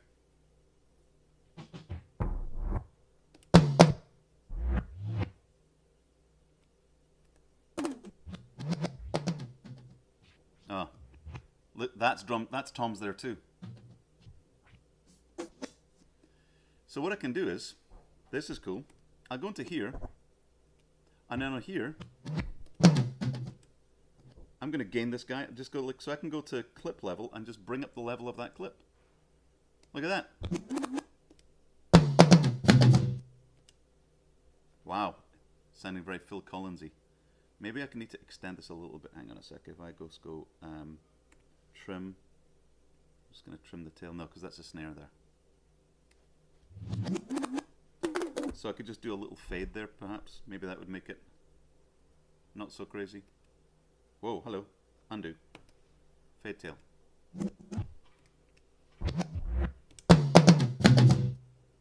Better than nothing. Tell you that. Those other ones are hiding in there. Being forensic is normal. I love it. what is this guy? Let's cut this guy out. Split. Don't. See the way that my hands move? It's so much fun. Yeah, I don't want to get that snare in there. Bonk. Again, I still could do a wee fade there, just like bonk. And I could probably compress that a wee bit later just to bring them up a little bit, because they do feel a bit lonely. Alright, we're almost there. Got these little fellows here to do.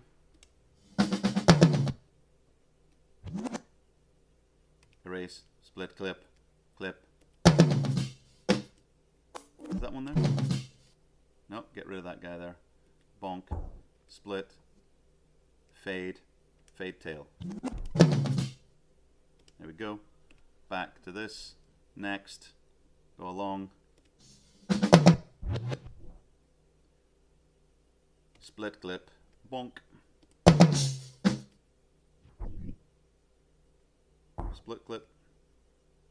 And I'll do, you know, I'll just do a little at the end there. It's better than what it was. All right, here we go. Last one.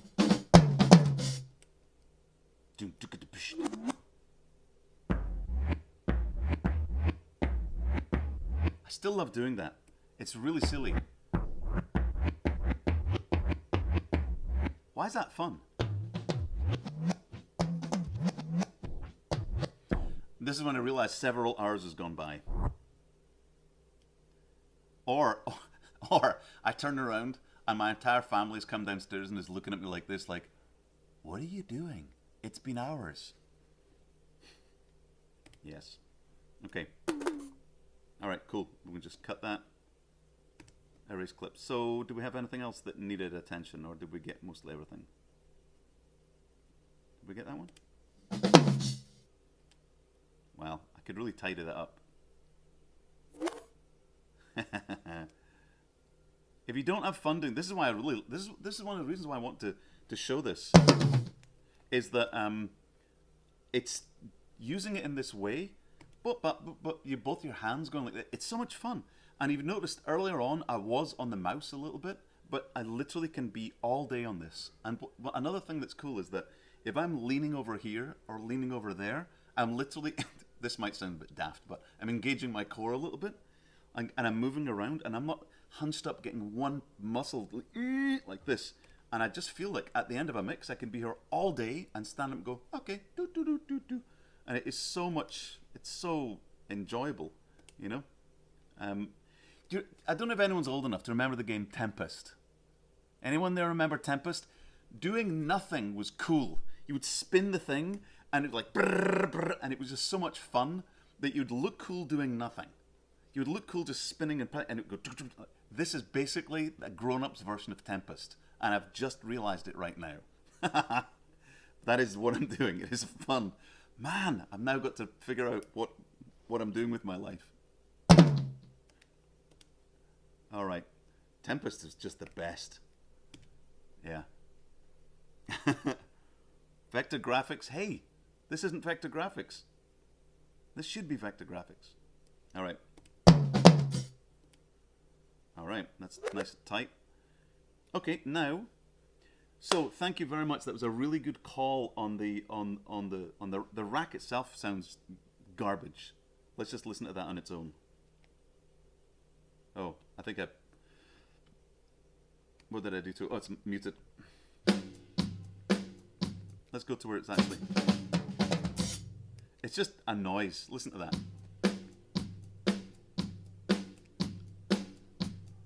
I mean, it doesn't bring me anything that's isolated, so you are gone. But now we've got our this guy, which is here. Oops. All right. So I'm going to take you off. You're going to never be switched on again. And now when I listen to the drums in context, so we've got all the other drums going on. We've got the drum room there. We've got our the kick out. What did I have on that one? Did I forget that I did? No, I've got enough kick going on with that one. Oh, hang on. We're only on drums, and let's just take off the solos, take off this, and give a better view of what the heck I'm doing here, and then we're gonna look at kick in. So that's this guy here. No, that's a drums rack. What the heck am I looking at? Oh, I'm getting confused. Oh, you might notice as well, one of the things that's interesting about this desk is, if I go to here, see this? This is the only bit that's lit up. These are the handiest things on the world because they show what the hell you're doing. Otherwise, you have to kind of trace all the way up here, up the thing. Now, one of the things that this desk hasn't got is that these screens are actually on. They're on, but they're OLEDs and they're dead. And same on this side too. So I sometimes do get mixed up on what tracks I'm doing. Now, hopefully, by the grace of Sir Stephen Rance, the benevolent, lovely man that he is, there could be a chance that he might and fix this situation here. Oh wow, it's actually, it looks like you're seeing a little bit on there. Is that the angle you're seeing it from? Anyway, yeah, if you get close up on them, you can see they're actually on, but they've got no backlight, but they're OLED, so you can't fix it. So anyhow, I do sometimes make mistakes when I'm on a track, and I'm like supposed to be listening to something, and it's this guy here that I'm supposed to be listening to, and I'll because I don't have it right here, I have to trace it up the way. I do sometimes make mistakes, just parallax. So what was it that we were listening to? We had this guy muted. We had the floors going on, and then the kick. Wow. Now there was a reason why, and I've already forgotten why I switched off the kick out. No, let's listen to this guy here.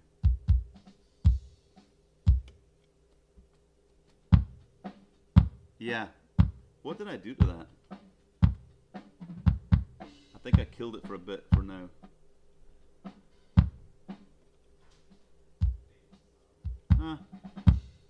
I am going to use a little bit. It's got a middle end part.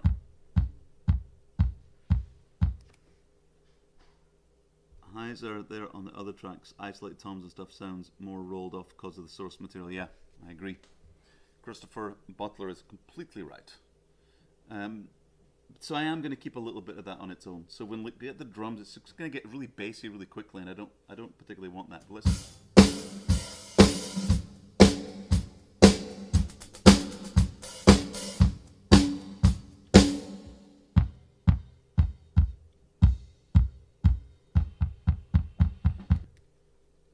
Christopher, does that sound a bit phasey too? Listen to this. Put them together.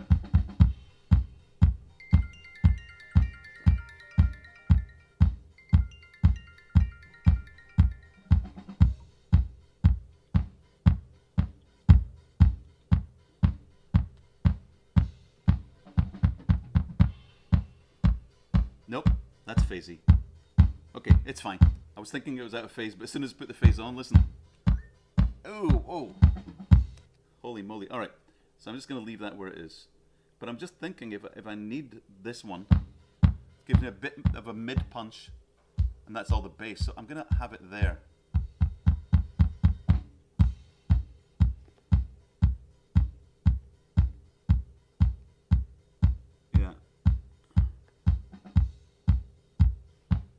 Yeah, I'm going to leave it in there a little bit. Okay, so now we've got that, and now we can go back.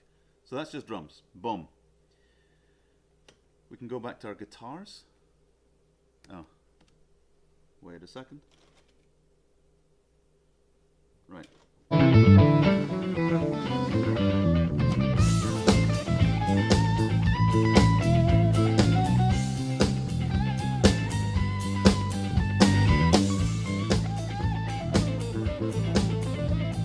Wow. I think the reverb needs to go down a bit. Where was that? I was on here, and I was on my snare top auxiliary send right here. Can I just dial him down 1,000,000%?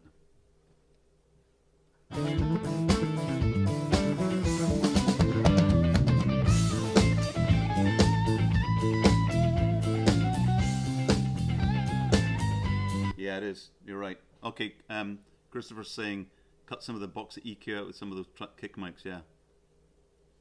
But if we'll listen to those, let's listen to those.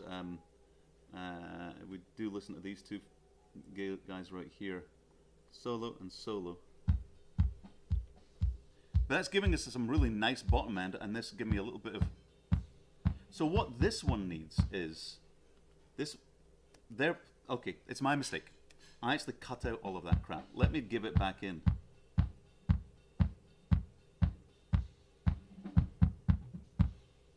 Yeah. I killed it. I killed it and just left the middle bit going. There you go.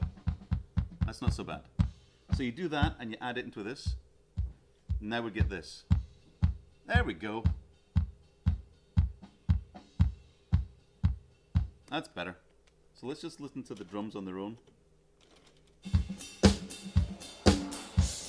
There you go.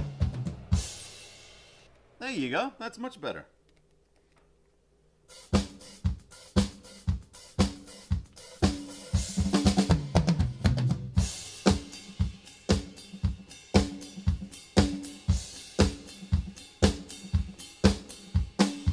That's better. And we've got a little bit of reverb going on there. All right. Drums are in good shape. You know what? Save. How about that? How about save? Here's something else. I want to show you something really cool about this. Let's see if I can do this. Is it this one here? It is. So this is what I call peaking, okay? And if I can switch on, no, I'm not going to do it. I'm just going to do this. See the way that these are your mega modes here. You got your monitoring modes, and it's got all the stuff to do with monitoring here. You got your project modes, the busing, you know, opening up different things. Setup, great for your metering, where your metering is going to be, what your configs are going to be, all the stuff. Mixer, same thing. You got your path, EQ, dynamics, auxiliary, and then editor. You got all the cutting up and gating and all that kind of stuff. It's fantastic. In the editor, you got all of your erase. It's been laid out and developed for 20 years, and they've got it nailed down. It's fantastic. So, but one of the things I call peaking, and it allows you to, if you're on a screen and you just want to go to a screen for a particular second, instead of going, I'm in the editor, now I'm going to press save, you can actually peak. You hold editor down, press project save, and then let go, and it comes back. And I find that part is, oh, I'm underneath this, but that doesn't matter. Hello, I'll just peek over the top. That idea of holding down and clicking and then going back, even though you hold it and you let go, zoom, and it goes back, takes a little second, it gives you a really good cadence. And I find that way of working is just fantastic. And I have to admit, I've not used the new Fairlight Resolve enough to know if that's actually right, you know? Yeah, better on the beater, yeah. Yep. Christopher Butler, sounds like you know what you're talking about, my dear fellow. All right, so anyway, that's just something I wanted to show you guys. Let's go back to this one here. Oh, I've screwed it up now, haven't I? Let's go that. Let's go this. And let's do that. There we go. I should really have this a bit closer to me, but okay. I'm getting notifications, trying to get those away. All right, so now we've got the drums in a good place. Right, very good.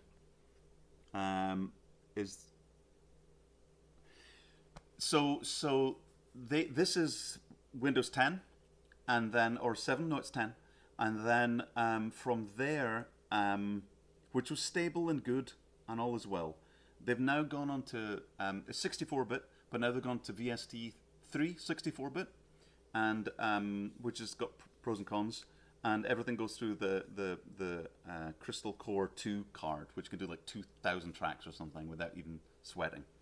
And then the newest ones are on the most current version of Windows, I believe. But they really, when Fairlight was on this, they, even going from 7 to 10, they took their time.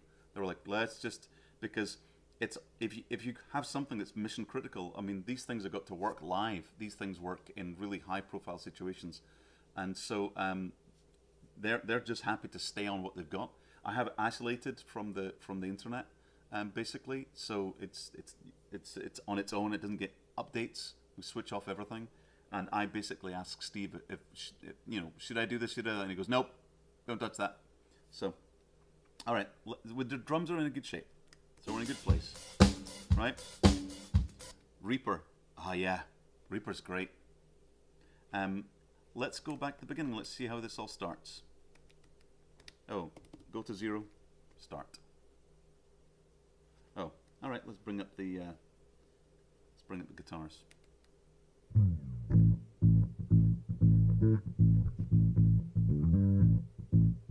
Sounds super nasally.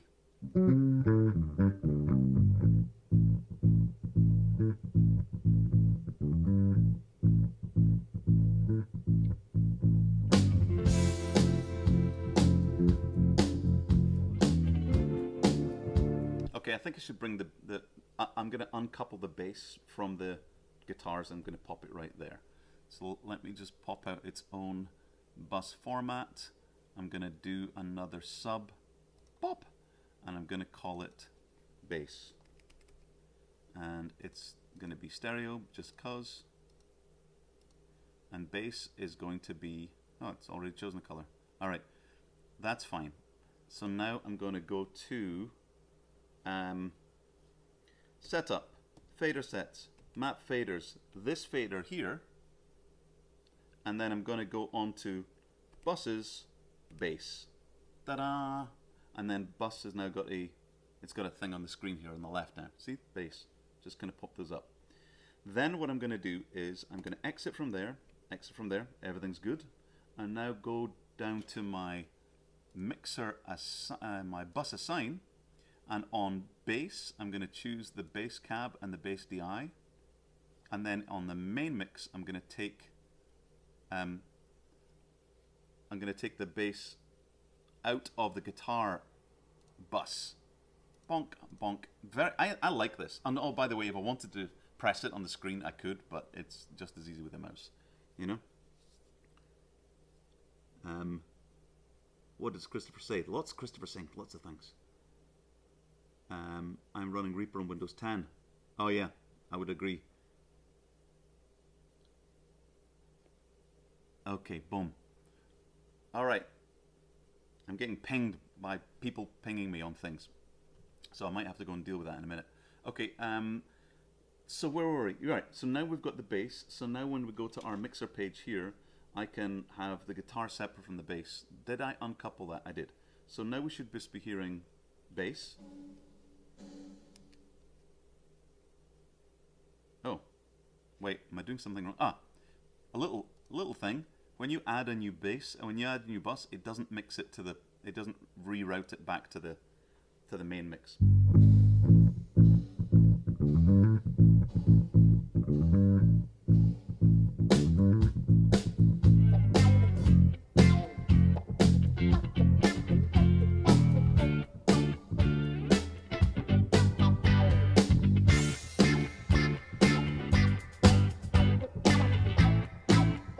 Right, let's listen to the bass, and let's also switch off the drum verb for a second, because let's just mute that, because if we go back to the beginning, it sounds kind of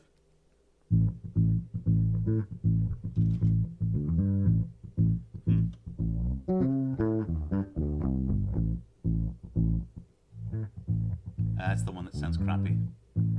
Alright, let's tweak that a little bit. So on EQ again, I'm not showing any EQs on there, which you can't see because I'm in the way. But if I switch them on here, beep, boop, you see the little lines that appear above them? Just up here. It's kind of, and you see if I go back to this screen here, bonk. Oh, I've done it now. There we go. You can see here, I hope you can see, when I switch those on here. There you go. You only see, this screen doesn't actually show the whole screen because of DVI timings and stuff like that, but you get the idea that when I switch it on the board, you get that line there and you get a representation. And even if we now listen to that there, oh, you know what I could do to make it easier? Now that I've got this here, if I go to Mixer and I put EQ, you can see it in the middle screen a lot easier down here. So I might be fiddling over here, but you can see it a bit easier in the bottom. Look at that! I should have done that before. Okay.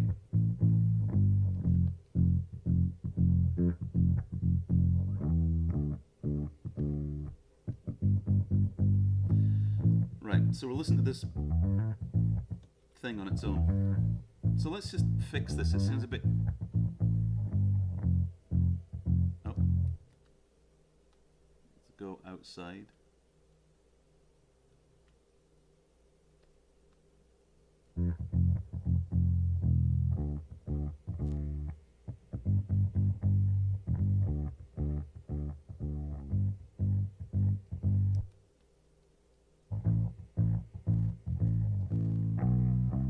Here is a little 60 hertz hum in there.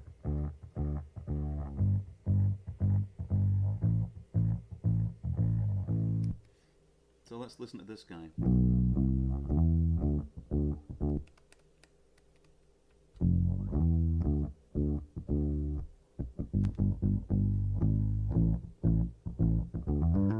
There you go. And let's take a bit of the middle part out. Let's switch that off for now. I really like the way you can switch these on and off, right? Is that, are you seeing that on the thing there? I can switch off by basically, if I'm on here, let me see if you can get a good screen of that. Can you? Is that possible? That, see here, down here, this is me switching on and off. I can switch off all the different EQs. I've got 4 bands of EQs here, 5 actually, right? 6. It's 6 bands. I just don't use these ones up there. But if you can switch them all on and off here like this, and you can say what type it is, and it's a low pass or a high pass or whatever, right? That's just a high pass and low pass. You can switch those on just for those, and it's just super handy. And I think you can kind of see down here when I'm pressing these what it's doing, and you can also see on the screen up there to the right. It just might not be that clean, but anyway, that's how you can quickly do your high pass and low pass, right? And then you've got these 4 bands in here. But sometimes what I'll do is I'll just switch these off so that I can just pick a band that's just like a normal band and then fart around with a frequency to find something. Again, I think it's good to do it with your ears and not your eyes. So sometimes I'll just, you know, go around listening to a sound in here.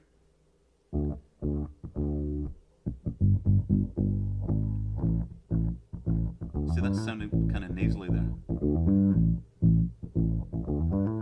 See, that bit sounds better there. So I'll widen that out and bring it down, and then I'll switch that off for now so that I can just concentrate on that EQ. See, you can see it on the screen here that I've just made this little dip in the middle here. Now I'm going to switch it off by pressing that button. I'm just going to look at the top frequency and see what that sounds like. And that's off.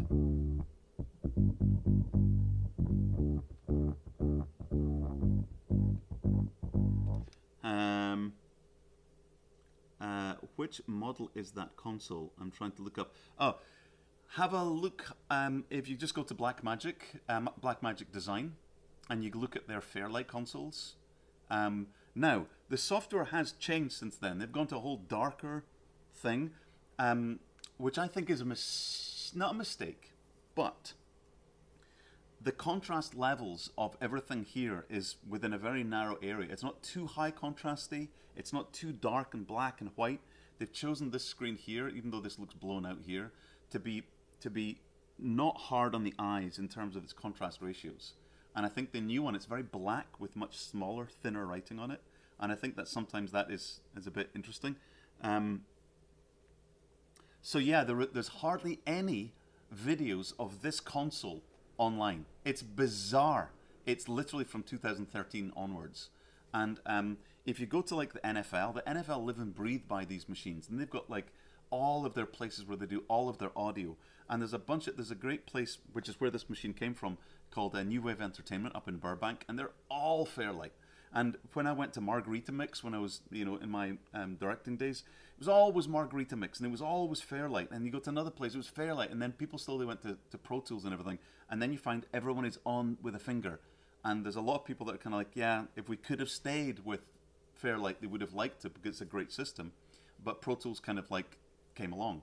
But Pro Tools has made some pretty silly mistakes in this field, and I really think that right now, the way the software is inside Blackmagic is really becoming incredibly cohesive, so that, you know, you can have people working on the videos at the same time as working on the audio, and it's a really smart way of working. I think it's just I'm surprised that there are no videos. Even if you look at the Fairlight videos, and they're lovely people, but if you look at the Fairlight videos, it shows someone on one of these desks as a thumbnail, but then the whole video, which is an hour long, is somebody on a mouse using mouse clicks and not using this amazing desk. And but because of that, what happens is the people that buy them from Blackmagic, they're buying a $70,000, $80,000 desk. The people that install it do all the teaching and there's tutorials, and that's part of the commissioning process, is that they'll put all those things in there. So it's a totally different world to the consumer world. But you can look at them and buy them if you wanted to from Blackmagic. I just find it amazing that there isn't enough demos. That's one of the reasons why I want to do this, is that I think the system and the way of working is just amazing. Anyway, all right. Now I forgot what I was doing. Oh yeah, bass. That's what I was doing. So I was listening to those different EQs, and then with the out of there, and doing that. Oops. And I think I switched on this guy. And then I had this fellow. Was it this fellow? This needs to be just put to nothing. And this one's doing nothing. So it was this guy here. Let's listen to it again.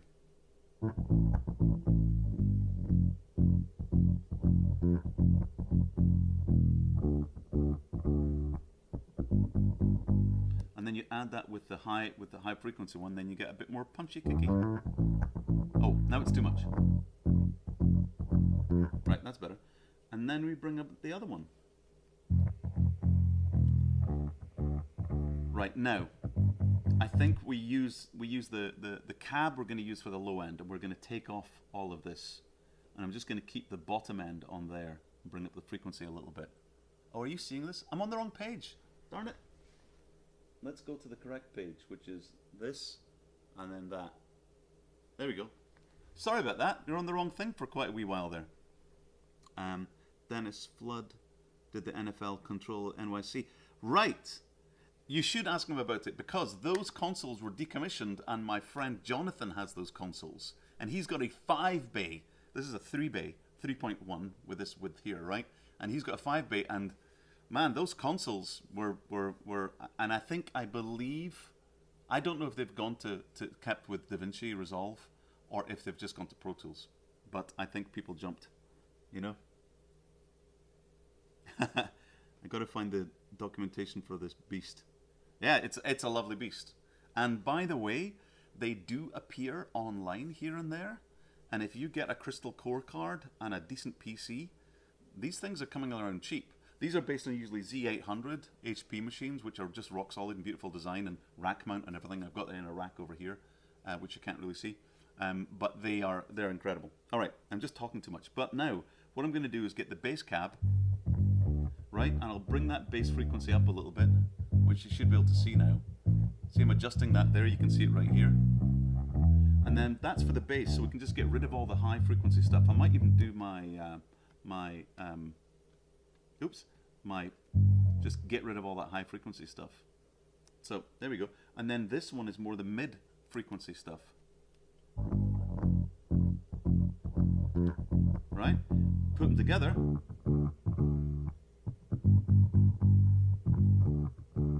Right, we're losing a bit in the top end. We actually need a little bit more.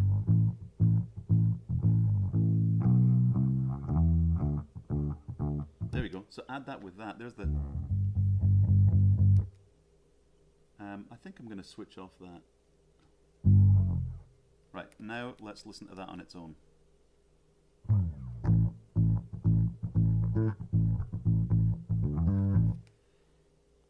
Look at the link to reverb, 10 grand. Oh yeah, there's different ones out there, and you can pick them up for cheaper, I've seen.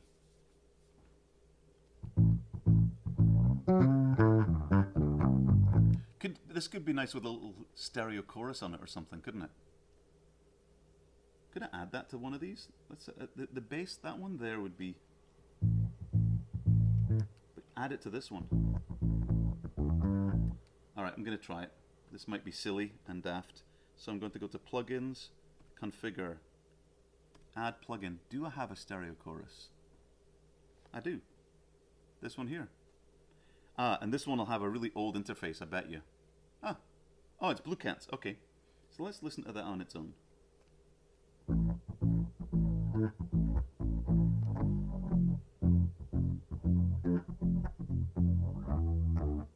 It's not bad.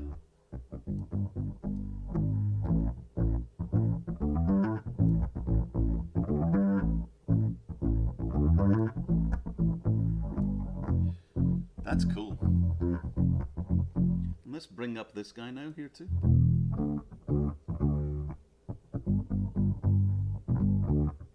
Alright, I like that. I'm old school.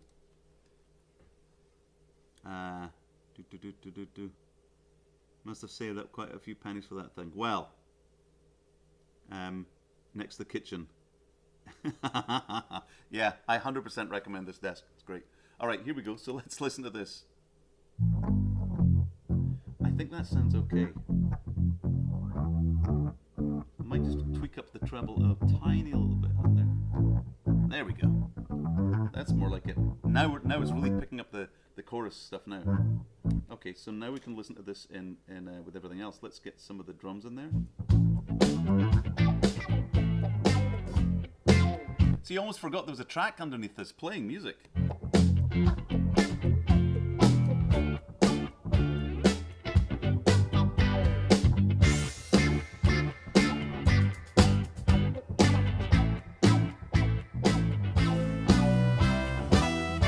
Right, horns. Let's go to the horns.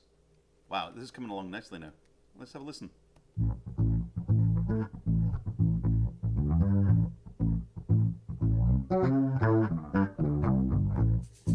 Yeah, I'll do it in parallel later on, you're right. It's just in series right now. It's a bit of a mess. Okay, I'll bring it down. It's a bit too much. So to do that, I need to go plugins. No, this one, plugins, and then I'll just bring it down a wee bitty, because you're right, it's a bit much. Is that better? Yes.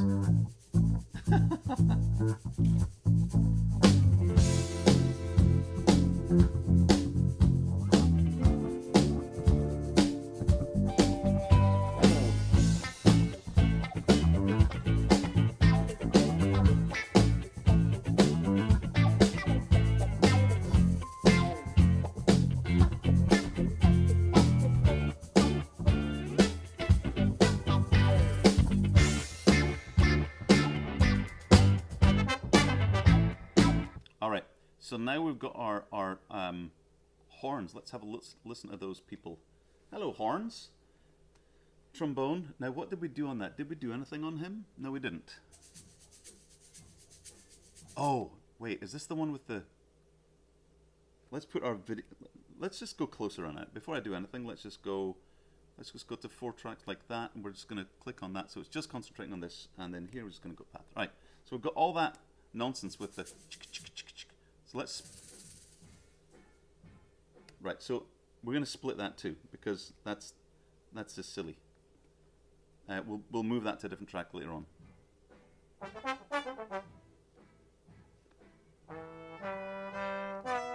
Right, I'm just going to take out the background there with a little, an easy peasy clip.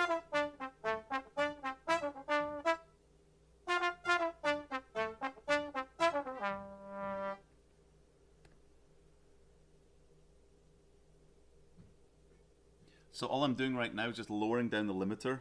Oh, if I did this, it would make it easier on you to see. If I go mixer and I go dynamics, now you can see the limiter a little bit easier. So all I'm doing is I'm going down the way as much as possible until stuff starts picking in. I'm just going up a little bit from there. I've got a little, because it's a horn, it's got a really tight cutoff, so I can keep the release quite low.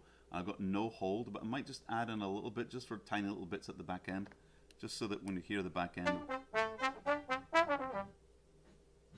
probably isn't even necessary. So now I'm just going to come up on the gate a little bit, because the release when the limiter or when the gate kicks in, it's got a release time. So when you get it, you'll hear a little bit more of the snare. So now that I've loosened it a little bit in terms of the height there. and I've extended the release time a little bit more. It's picking, so you're hearing a little bit of the bass drum kicking in. So now I'm just pulling up the threshold of the limiter a little bit until I don't hear anything. We'll go back down here. There you go. And then just go like that, and then it goes away. You can see it beating away here. And then when the trumpet's coming, so now the thing is, I just need to make sure my attack is all the way down too, because it's a horn. It comes in quite tight.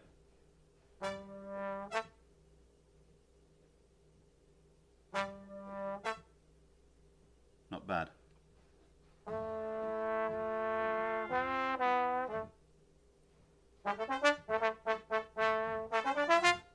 Wow, I don't want to compress those at all. If anything, I might need to, because they're a bit.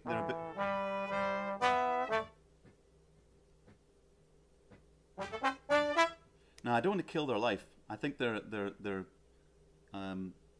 sounding fine right now. I think the only thing I might do is on the EQ. Let me just switch on. Are we on EQ over here? EQ on. And let's just tiny little bit of brightening at the top end.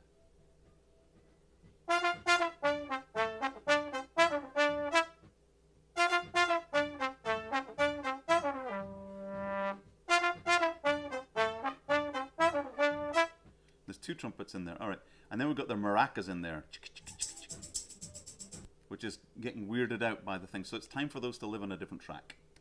It is time for you to move, young track. So we're going to take those guys here. How often do I stream? This is my second stream, and I'm going to do it more because I really enjoy doing it. I don't know what I'm doing when I'm doing it. I'm just jumping in and doing it. But what it does do is show you how easy it is to use this system. So what I'm going to do is, I'm glad you're enjoying it. I really am. It's really, I really love doing this. It has got, this system does have some weird quirks that, 27. I'm going to add one more track. So you say what your active track count is, and let's put 28 tracks. Boop, and now it's just added those tracks at the bottom there. So now what I'm going to do is, on track 27, I go to this button here, and then I press name track, and we're going to call it horns. Bonk. And there we have horns. And now if we go into this here, I can say I'm going to zoom in to, let's say this here. Whoops. And I am going to use the mouse for a second, just to make it easier to see. So you can see here, I've got on the horns track, if I go to this here, where is it? It was on the horns track. It's this guy right here, T-bone. Right? Bonk, bonk. Oh, that's my horns track. No. So I need to go back to this one here. My mistake. Look at that. I made a mistake. It's on this guy here, which is horns T-bone over here. And then the easiest way to do that is I can just go to my editor. I'm trying to do this so that you can see what I'm doing as easy as I can. All right? I'm glad you like the CMI restoration. It's coming along, although it's had its own issues, but I'm getting there. This, like 2 years ago, I was doing like 8 episodes a year, and now I think I did 3 or 2, but I've got another one in the works. So now the easiest way for me to move this without knowing or anything, I don't need to do it. You can go to the cut page. So this is the cut page here, and it says cut clip, right? And then all I do is I go cut clip, and it's ghosted, and then I hold down track and go down to the track I want it to be on, which is horns, and then go bunk, and that's it. Now I can go back up to that track that I wanted to grab something from, go across here, and I want to grab those two. I can also do it as a range if I wanted to. So I could also just grab those two with a mouse, but I'm just going to go, so watch, let's do this, watch. If I go here and I go back to the beginning of this clip here, and I go from, and then I go to here, 1, 2, and I go to the end of here. I can also go along like this, and I can just go jump to the end of there, right? And then that's 2. And now it says here, so when I go cut, it says cut range. Oh, I wish I could see it. Let's go to that page so you can see it. Is it this guy here? No, it's on this fellow here.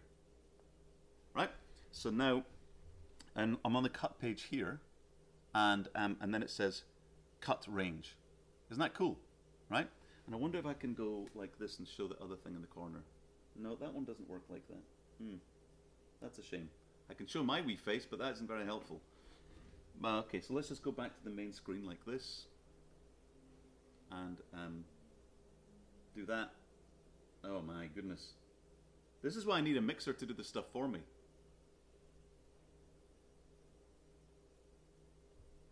All right, we've got that. Oh, it's pressing the wrong button, that's why. Okay, it does help if I press the right button. So now I've got those things selected, and then all I'm going to do now is I go cut range, and it turns it into this little ghost thing, and then I go track down, dunk, dunk, dunk, dunk, dunk, and it just roll down like that, down to the track, to the horns page, let go, press enter, and that's moved those clips. And then I switch off the range button. It's really, really simple. And then that's all our horns are on that page. All our percussion is on that page. Now what I want to do is that percussion is I want to just tell. Why did I call it horns? That's silly. It shouldn't be called horns. It should be called percussion. Percussion or shakers even. Jeez, my brain. All right, so it's called shakers. Time for a project save. All right. So now we've got our shakers. We haven't actually given it to a track, right? If I look at these tracks here, and I look of all the tracks, they've all got something on them. If I go to the second page, I've got my drum and reverb, and I've got those things there. So what I could do, very, very, very, not very well organized, go to track 2, and then inside my setup and my map faders, I'm going to just put it onto this one over here, just so it's over there. And I will go to the track called Shakers, and it's marked there, Shakers. And then basically, once I press that, if I go onto this page here, you see it flashing over there? It's me assigning. I'm about to assign this Shakers, bonk, and there it is there. And then that's on that fader there. So now Shakers is over there. I now need to make sure that it's assigned to that same bus as the drums. So I go to my bus assign, and I go and in my drums, I make sure that Shakers is on there too. And then in main, I take Shakers off. Done. So now when we go onto our drums only page, we're there, and we switch on that and that.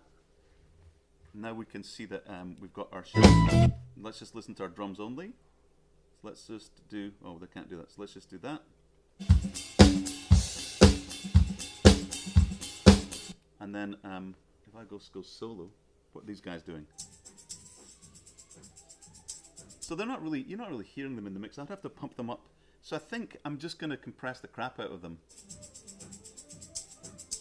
Because those ones, oh, I know why. Because if you look at that one there, I actually brought that one up. So this one here is really quiet. Oh, it's a different kind of shaker. And what I'm going to do is I'm going to pan it over there. Just put it, I'll make it on the left, just to make it fun. I need to start spreading things out, I guess, too. So, yeah, let's do that. Let's do that to the drums as well, now that we've got the drums going. But we've not really got much for the toms. I mean, the toms are just kind of like there. So maybe when I'm doing that, I could just move them over to the right a little, move them over to the right a little bit, and then the drums are just what they are. They're a stereo track there. Something I have found, which is really weird, and I haven't quite figured it out because it's to do with Dolby Atmos, and I need to read up on this, and I should. Oh, by the way, I can show you two things at once. So if I go into my overhead drums, right, and I know that that's a stereo track, right? You can see that if I go to mixer path, you can see here and here, it's marked as on the bottom of the screen. Whoops, let me get to the right page. That would be this guy here.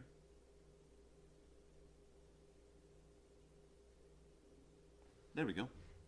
You can see here that they've got a little the left and right, it's marked in there, and I can pan, but it doesn't do anything. See that there? It's just in the middle. Now, but what you do have is two things. I'm going to ask, because you've got this button called explain, and when you hold down explain and then tap on something, it should bring up what that explain function is for. And so it actually shows me, if I go explain, you should hold down the thing and then say, tell me about that. And so basically it's telling me what that is about. And so whenever you're on something, I can go to the explain. It's got all the basics of automation, editing, and you can click on that and it'll tell you all about everything there, right? Or you can hold it down and press what you want to know about. So I can press path and it'll tell me all about the path. It's kind of really cool. So what I want to do now, I'm on this. I wish I could tell me about divergence, but I don't think it works with tapping there. No, it doesn't. Okay. Because basically, if you look here, see the divergence? See that there? See the way it's, this is just a stereo left-right track, like nothing special, okay? When I do that, but if you listen to it on its own, so if I listen to the drums on their own, just this track, I'm soloing it, you can see I'm soloing it right here, right? Bonk, and it says solo in here, which is cool as hell, right? So if I listen to this on its own, right? But then I put up the divergence.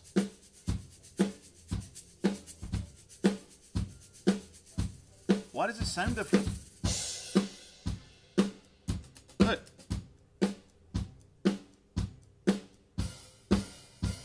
And of course, if I want to do something crazy, I can rotate it.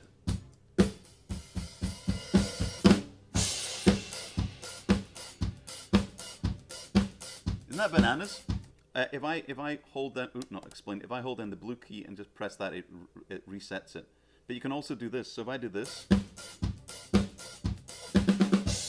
and I can bring them in and then rotate it around.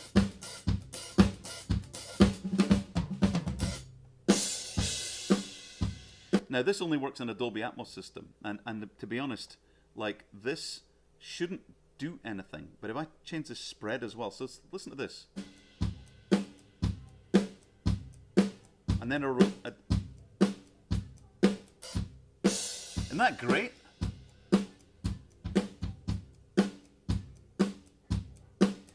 So I just recenter all of those and put them all back to normal. I don't know why divergence. It must be just me, my ears. If I pull this in and I switch off divergence, it sounds different. I tell you, I like it. I bring the spread in a bit and I put the divergence out. And I don't know if it's like a high frequency, like it does it based on, whoa.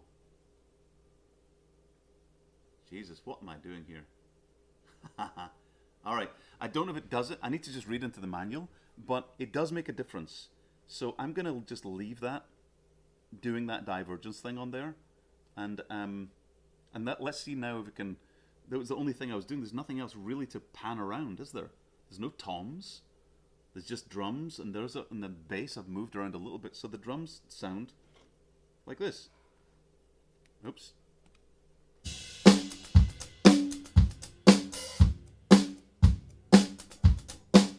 Now let's hear if we can hear the shakers in there. We do, and then we hear them later on here. They're there, and then do we hear them there? We do. We're actually hearing everything in there, so that's kind of cool. All right, let's have a little listen to the horns. We've got the horns listening in good scape. Let's go to 32 tracks here. We'll switch back on the drum verb, and I'm now going to bring in, let's go back to the beginning. Let's have a little listen to the whole thing. You can bring in all the things, even the vocals. Let's see what we've got. Oh my God, that chorus is way too much.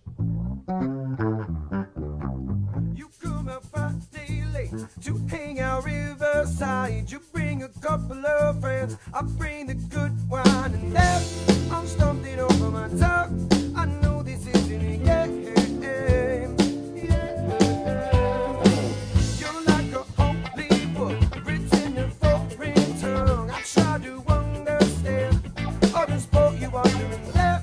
You sit and smile and I think you're absolutely right. Let's go to the bass track. And let's fix that phase on the bass.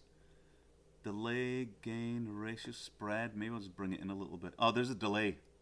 But that delay, maybe I need to put it up higher or lower. Let's just listen to that.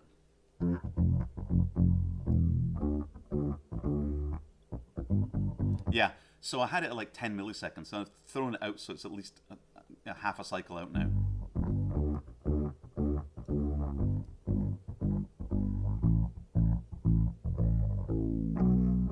Or bring it all the way down. I'm happy with that. That's better. It was a lot though. I think I'll bring it down a bit more too. Here's me saying, I'm going to throw all that in, and I'm totally chickening out. All right, let's hear what it sounds like here.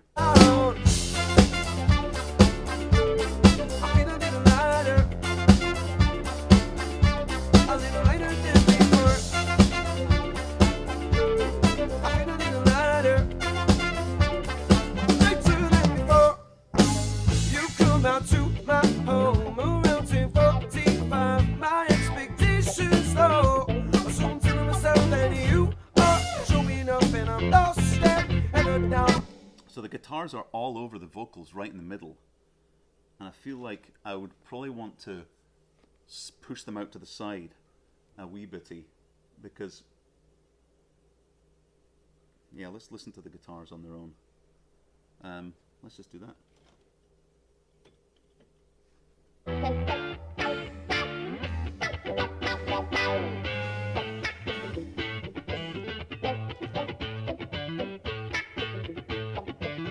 You know what we could just do? Nah, this might seem a bit simplistic. Just throw them out to the side.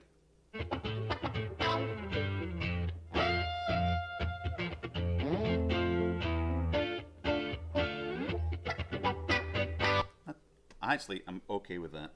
If we hear that in context with the bass.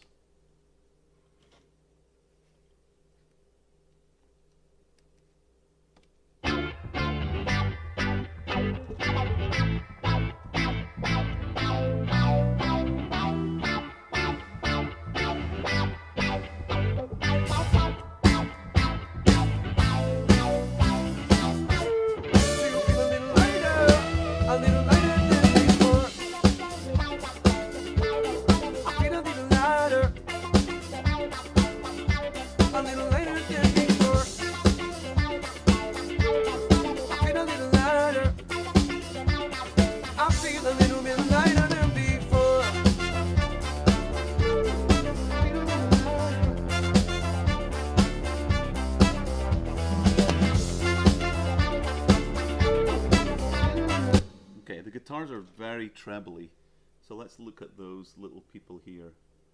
Do we have any EQ on them? No, we don't. Okay, I think we just need to round them out a little bitty, if you ask me. So let's just do this. Let's have a little look here, and oh, I guess we'll switch on some EQ. Bonk. Nope, wrong one. Bonk and bonk. Yeah, I think it's literally just, they're sounding really, let's just listen to those guys on their own. Solo and solo. I brought them in a little bit, they were a little bit wide. Wow, I wish I could bring down the effect of that.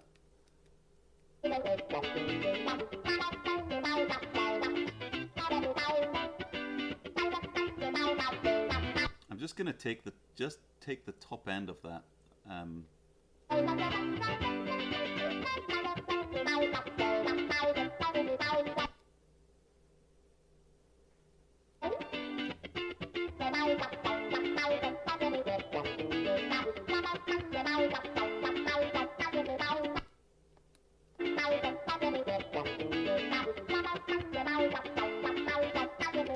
Yeah, see, without it, really nasty. There you go, that's better.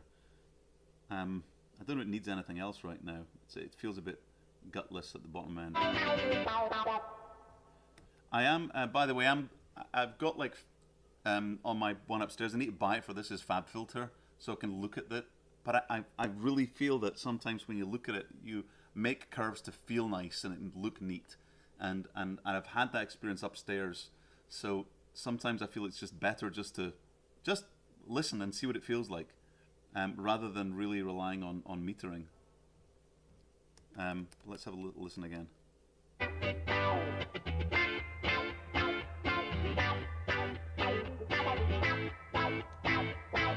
Oops. Oh wow, how nasty that is. Right, that's better. So now let's concentrate on the next one. Let's press on this fellow here. What do we have going on here with him? What is he doing?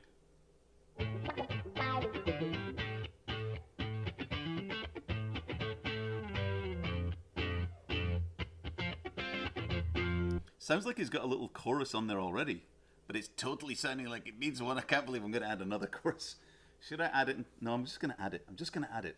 I'm not going to, no, I'm not going to config, add plugin, add. Whoa, straight away it sounds like Andy Sumner's.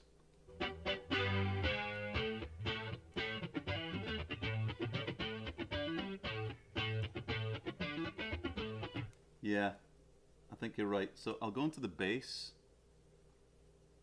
Oh, did it bring it up automatically? Did it do that? It did. Look, see, I go from this track, and then I press to this track, and it brings up the version of that one. So I can look at that, and let me just bring down the depth of the bass chorus a little bit. Yeah, that is really cool, man. Look at that. And it shows me on the screen here. It shows me in the middle too. It shows me everything that's happening. It's great. All right. Okay. Now that I've pulled that down, I didn't listen to it, but I'm just going to have a listen now.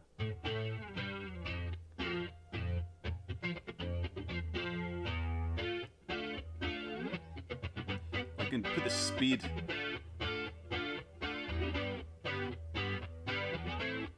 So I'm going to slow it down, but have it be a bit deeper. All right. That's better. Yeah. All right. A little bit. Well, let's hear it in context and see what it sounds like. Oh, let's just do. Oops.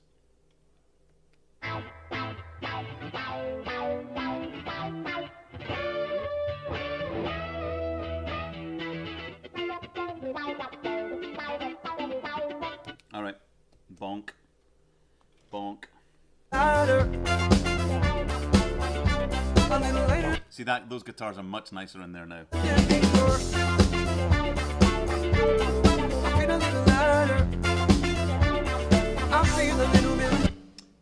Put the chorus on a send return. Yeah, well, no, it does have dry in there. It is letting the dry through. But you're right, it is better to. But I'm gonna wait until I'm getting to that. Yeah, should I do it now? Yes, let's do it now. So on the bass, let's just go to here. We've got our drum. So Aux 2 is going to be our. Let's just go here and let's just go name that track, and we're going to call it chorus. My cat's just walked in. Oh hi, I know, but your mum is supposed to feed you. I know. What? Oh no. All right. And then let's go onto that track. We've got that track. Let's go onto it, chorus, and then I'm going to go plugins, config, and let's add the chorus there. I'm just going to add the same one, and it's going to be 100% wet, 100%. No, that's 100% dry, 100% wet. Bonk. And then I'll just put the gain to just level it all out and leave everything like that until we hear what it sounds like. All right, cool.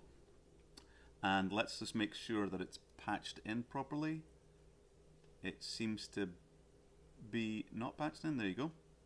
And let's just go back to that, and then we'll go to our bass track, and then I'm going to switch off this. Actually, what I can do is I can just bypass it like this, bonk. And I can also do it if I go here and I go config. I can go bypass here or not, just straight on the screen, which is quite handy. So I'm just bypassing it, and then what I'm going to do is in my auxiliaries, I'm going to tell it that on the second one here, which is bass DI, I'm on the right track? Bass DI, and then I just press this button here, it says chorus, and you see it's post fader, and I'm just going to pop that up like that. Now what we're going to do is listen to that on its own, boop, so that we can hear what it sounds like, and I'll see if something's being fed to it too. Oh, let's go back here.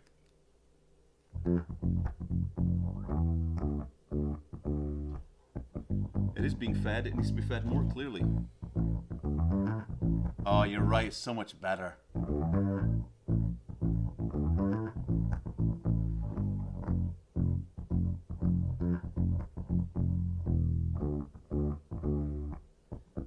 Oh, that's nice.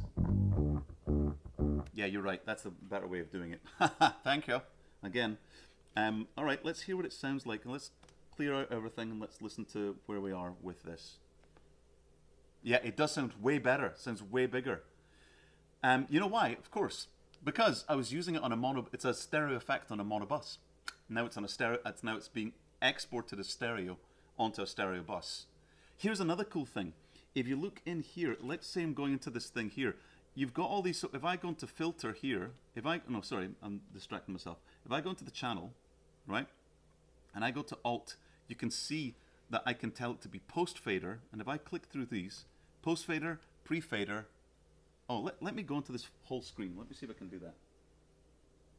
Let's go back to this, and let's go to one of these guys.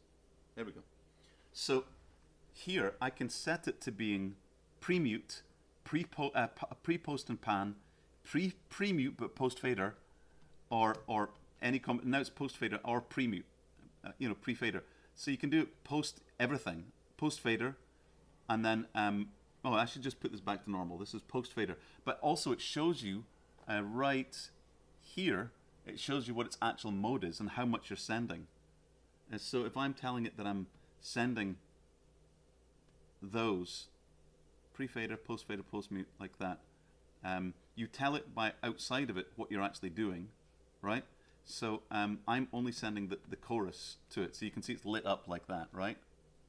And then I go into this Alt mode to press this Alt button here, boop, and then it shows me more detail, right? So right now this is just normal. I'm just going to do it normal post fader, and this one is going to be normal post fader too, right? I could do it post fader. Maybe it might make it a bit easier if I'm going to do some automation. It's already in post fader, right? But here's what's cool: if you've got a stereo effect and you've got a mono fader, a mono track. You can change where you're sending it in the stereo field. So sometimes what you can do is you can send it on one side but have a reverb kick back on the other side. And so you could be in a situation where oh wow, I'm really fucking up now. Bonk. Where you send it over on one side as to the stereo field, and then the reverb can bounce and come back, so it goes Gah! And it comes back on that side. So you can set up some really, really cool things. This one I'm just going to put back to normal, and then I'm going to go back to that there. So we're all good to go. So now we've got our... Saturday night. This motel job. Let's go back to the beginning, see what it sounds like.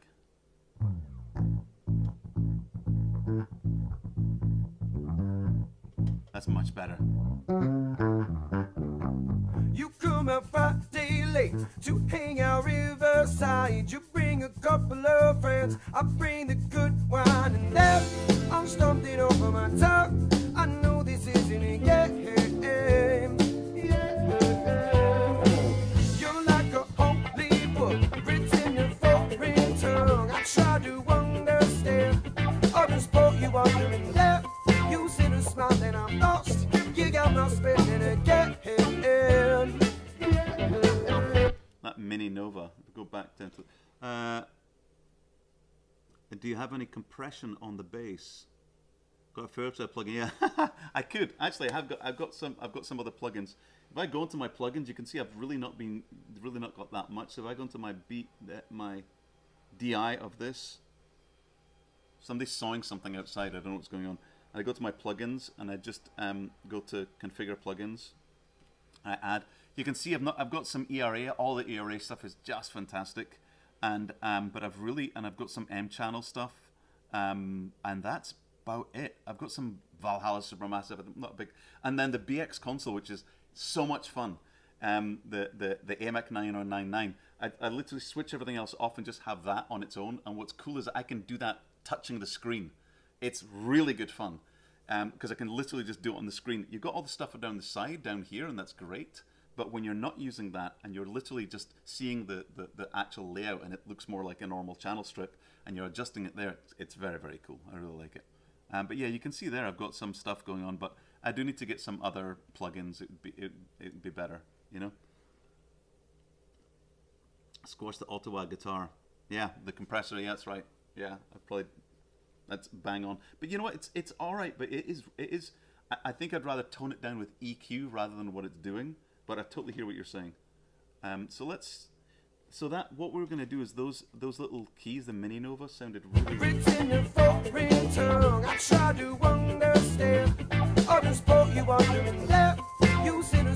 that's 2223 Mini Nova. Let's just pull those down a little bit. I try to understand. I just spoke you wondering left. You see the smile and I'm lost. You got my spinning again. If you wanna talk about it, let's hear what the keys sound like. Oops,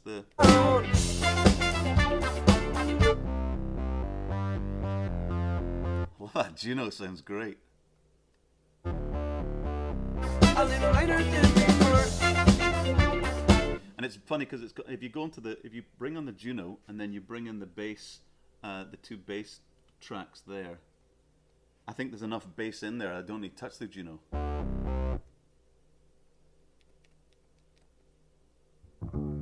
Oh, well, it's glad that I cut that out because yeah, during that part the bass switches off.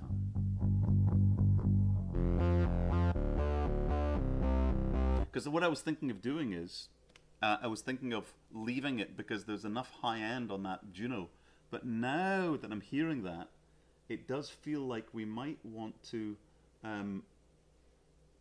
switch on the Juno EQ and just pull up the bass a tiny little bit on it.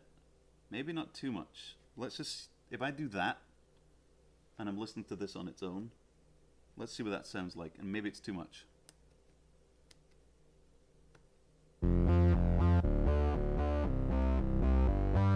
Needs more. Let's change this from low frequency to, hey.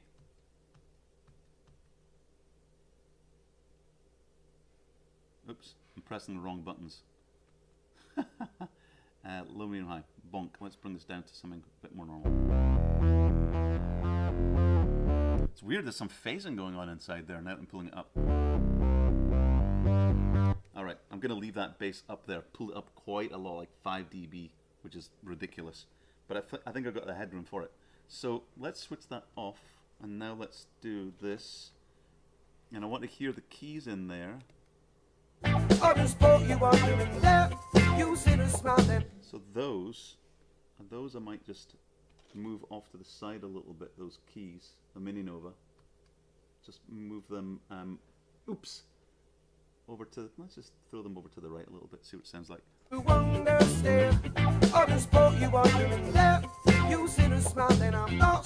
No, because the Mini Nova is a stereo track. So now what I need to do, if I listen to that Mini Nova on its own, me panning it there isn't going to do anything right now because I've got the spread set out. So that's a really good example. Let's go to Path on the Mini Nova, and you can hear that thing there where it comes in. It's going. Here we go. There you go. So it's just doing that. Is there anything else? And it sounds really. It's just like a ding dong. So now what I'll do is I will take the spread of that. Can you see that? Yeah, you can. And then I'm just going to put the thing that I don't know what it does, and I'm just going to rotate it around there like that. So it's over to the side of it.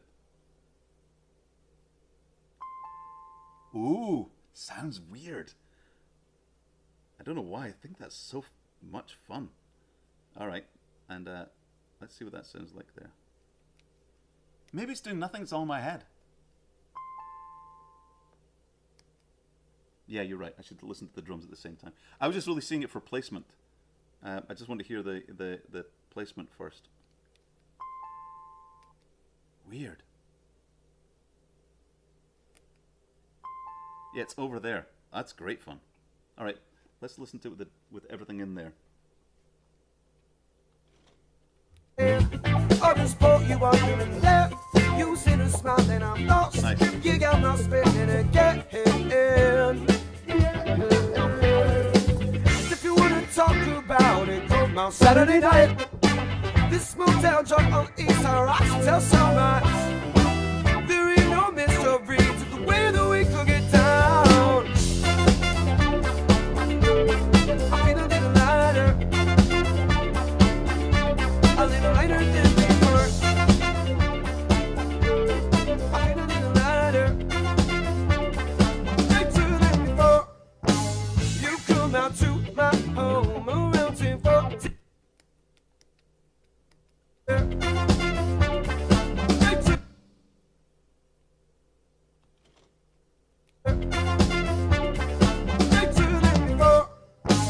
You come out to my home around 10:45. My expectations low.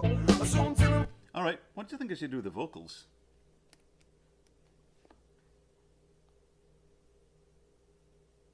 Yeah, 3 o'clock and 12 o'clock, yeah. I kind of did that, but it's weird. That divergence thing does something with the frequencies, I tell you. It's the weirdest thing. When I'm listening to it right here, and it feels like I'm in Dolby. Not in Dolby, I'm just in stereo, but it feels like when I rotate that around the back, my brain's telling me it's around the back there because I'm getting it reinforced by visually what I'm seeing. It's like those that optical illusion that you can get, where it shows the two cubes just flashing, and it's showing the arrows going out the way or arrows going in the way, and your brain tells you that they're moving and they're not. It's probably exactly the same thing because I'm looking at that little rotation thing and going, oh yeah, it's making a difference. Yeah, and it also just looks cool. There is, I mean, if I go to the mixer, this whole thing does have a whole stereo view, you know. So when I'm rotating this, how do I do this? If I'm rotating this, you can see my rotations moving around. Now it's all in the one plane because it's not a proper Dolby Atmos setup. But when you're doing the Dolby Atmos thing, you can change lots of different things.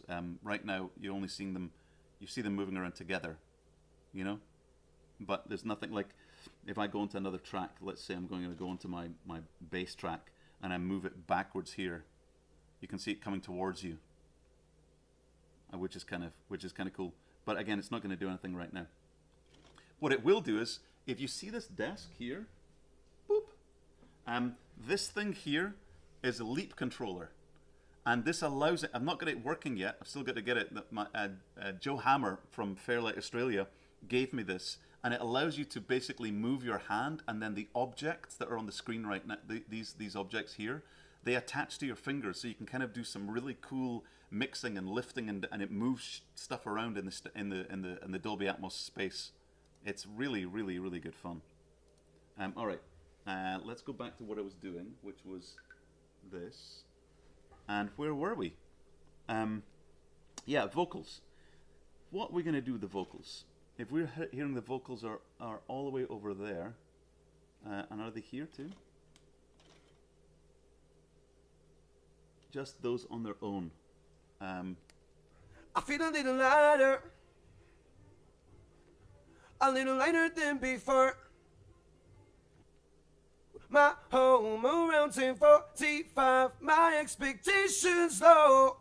So I was on a U48 that recorded it, and sometimes you don't need to touch things. I'm telling myself that you are showing up, and you know, the only thing I'd do to this with his vocal style would be to get the smooth plugin and to take some transients out. I think that's the only thing I'd do for this. But I don't have the smooth plugin because it's just after Christmas. But I'm hoping to at some point. But yeah, that's what I'd probably do there. I'd get that and smooth things out a little bit. Or I could get FabFilter and do some stuff in there too. because I don't know if there is a transient type of. There is. Okay, let's save this. The reason why I'm saying there is that there's a couple of these plugins that if I use, things go a bit funny. So let's just go on to plugins and let's add a plugin. And these ones here, the ER6 cleanup audio is they're really nice. They're all really good. Plosive remover and this auto EQ, voice leveler, deepener, they do work really, really well. But they do have the thing of making my system go funny.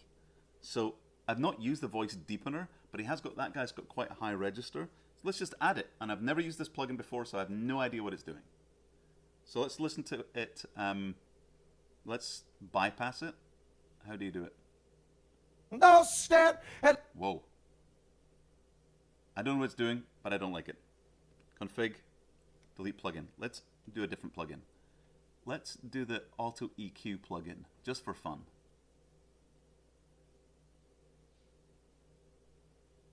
Cleanup Assistant. I don't know.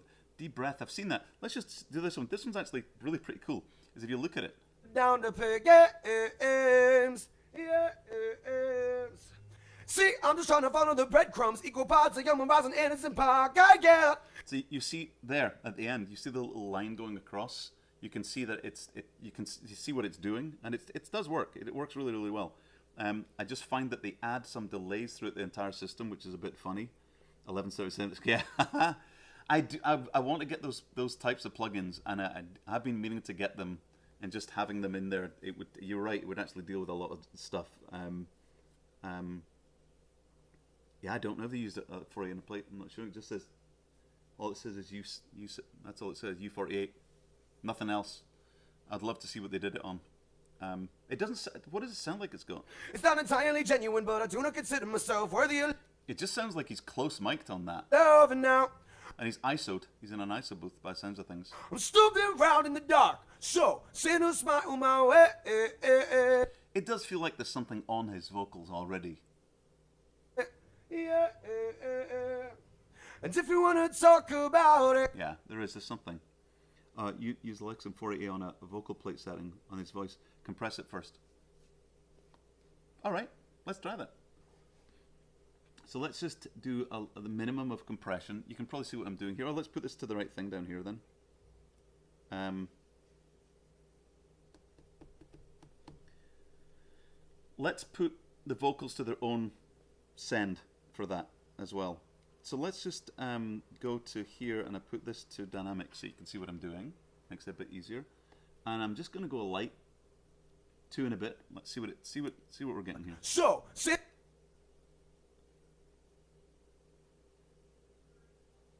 And smile my way. Yeah. And if you want to talk about it, come out Saturday night. This Motown joint on East Side Occidental Sunrise. There ain't no mystery to the way that we could get down. I'm giving no mystery. It's got a lot of at the beginning, so I'm just taking the attack off so it doesn't get confused. Man, that you follow me.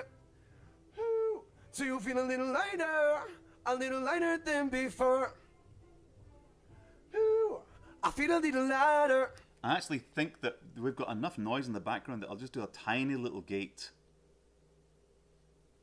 Pull the track up and cut the compressor in and out. All right. Man, that you. Let me just, I'm going to pull up the markup a bit more. Follow me. Ooh, so you feel a little lighter than before. Ooh, I feel a little lighter. See, in that accent, the bit on the beginning was I feel a little. That's where it's pulling it down nicely. I feel like I need to do it a little bit more, or just be flatter with a bit more aggressive with the ratio. Ooh, I feel a little lighter. All right, we'll do that, and then we'll just add another little bus format shenanigans.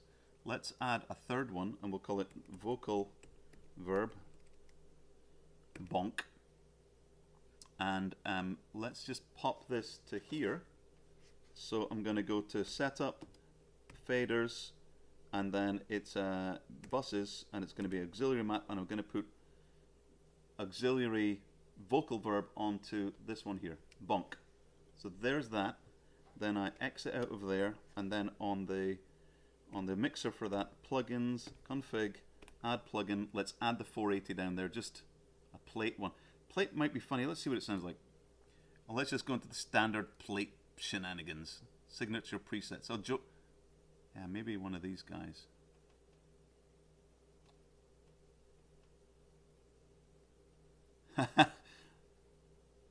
Plucky says, start to say bonk when I press buttons. Yeah, I do tend to do that. Let's do a standard vocal plate for the Joe Carroll presets. And it's 100% wet, so it's expected to be sent to via an aux. So let's go on the local lead, and I see now I've got on down here, I've got my vocal verb, and I'm going to send it that. And if I check down here, is it getting something? A little later than before. What the heck is going on? Did I put it on the right track? Oh no, I didn't. Sorry, my mistake. My mistake. I've got this on the wrong thingamajig. Plugins, config, delete plugin. It's on the wrong one. It's supposed to be on vocal verb, and then add a plugin, and then add it there, and then get the plate from there. Did it on the wrong one. I'm going to use the signature ones. Let's see what it sounds like. Vocal plate, bonk. Right. So now that's there, and now it's should be getting things. Oh, I need to probably switch it on in the bus. Yep, bonk. I said bonk again. No, it wasn't pre-fitted. I just did it on the actual track. So now I need to go back to my vocal one, which is this guy over here who soloed, and then look at his post, and then here you can see vocal verb is not being sent. Vocal verb number 3. So now I'm going to just listen to it before. I feel a little lighter. And then now I'm going to add it. Ooh, I feel a little lighter. Yeah, not bad. A little lighter than before. Ooh, I feel a little lighter. What I am going to do though, I am going to cut out all that crap. So I'm just going to use the little. I'm going to switch off the plate right now, and I'm just going to take care of all that nonsense down below. I want to look at his track a bit better, so I'm just going to go for 4 tracks so I can see it a bit nicer like that. See how little button presses I need to do that? Ooh, I feel it. Okay, I need better attack, better release. Ooh, I feel a little lighter. A little lighter than before. Ooh, I feel a little lighter. Okay, I'm going to do a tiny little bit of hold. Like 40 milliseconds. Ooh, I feel a little lighter. Bit more. I feel a little bit lighter than before. Ooh, And now I'm needing to pull up the gate a bit. before. Ooh, I feel a little lighter. Ooh, I feel a little lighter. But he's over there, he's far away. Is that for the other mic? Ooh, Oh, it is. It's for the other mic. I feel a little lighter. It's almost like when we do that, we listen to it we listen to it with the other one. For. Ooh, I feel a little lighter. Now that's not me. That's him. That's what's on that track. If I listen to that track on its own, right, and I listen to this, which is the wet vocals, and it's the only one that's there, and I've got nothing on it. Wow, am I doing anything to that track? No, nothing. Everything's off. No, vocals lead. Wet. So if I go wet.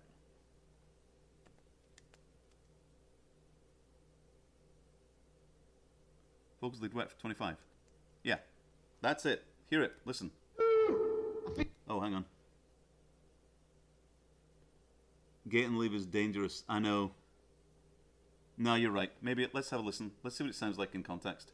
So that there is that awful thing there. That's him. That's not me.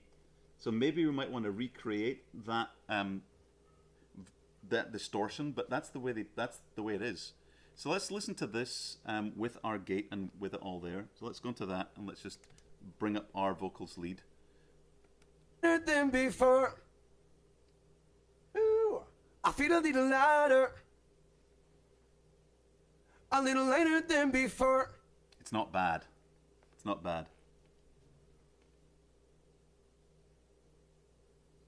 It does sound intentionally overdriven, and it's fine in context. You're right. So let's just do that. So let's hear it now. With that, we've got on our second track. So see, this is why it's cool. I've got my verbs and all my my stuff over here. Can I do that? There we go. I've got all my reverbs over here, drum verb and the chorus verb and the vocal verb, and then I've got all my tracks over here on my buses. It's nicely organized, but then I want to dive back in. Boink! I've got all my stuff here. Generally, I put all my buses and my reverbs and everything like down here on 5, but I've not got anything on them right now. Well, I've got stuff left over, but that's the way it kind of works. So there, everything, and then there. If only there was more screens. If I had more screens, then I'd be a complete person, you know. And as you can see, if you've noticed very smartly, this fader's broken. No, this one, yeah. I need to get a new one. Now it does actually work. If I select it, does it actually work? Yes, it's working. You can see in the middle of the track it's working. But it doesn't respond to anything, sadly. All right, and what was it doing? Vocal verb, no, we're not doing anything there. We are on, we are deselecting everything. And then we're gonna have a little listen. Now let's go do this. Let's just zoom out. I'm gonna go to 32 tracks so we can see everything. What's that? The old track needs to be up for it to work, I think. Yeah, I think you're right. Well, this console is achievable. You'll find that if you go to the right places, places that are, I would say, incorrectly getting rid of these consoles and going to Pro Tools, just as the whole Resolve Blackmagic thing is taking over the entire post workflow and everyone's jumping onto it. I can actually send a project from Resolve to this desk and it reads it, like right now. And they actually added that option recently because there's still a lot of people that has these desks that are working on the newest version of Resolve. So I can take a Resolve project and send it here and it all comes up and it's ace, works like a champ. So they are attainable, it is possible. All right, let's go back to the beginning. Let's have a little listen now that we've got all those things going.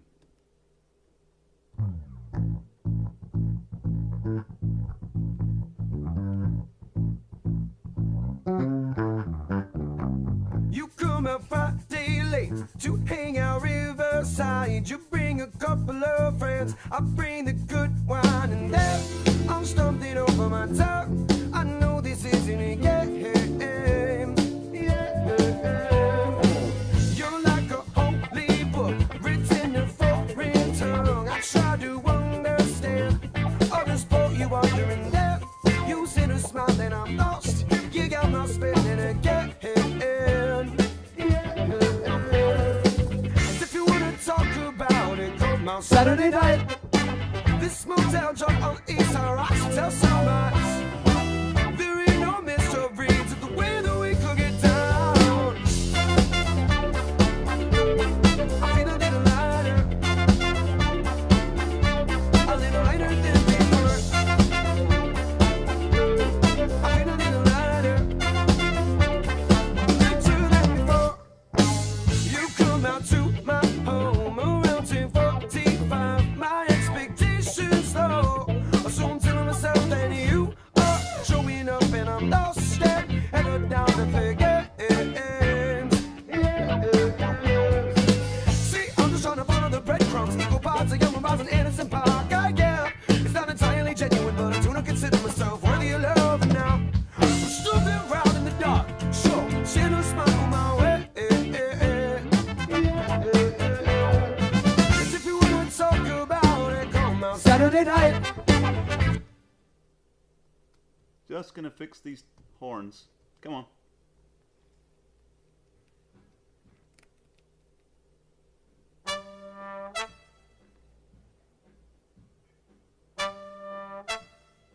Ooh, quite trebly.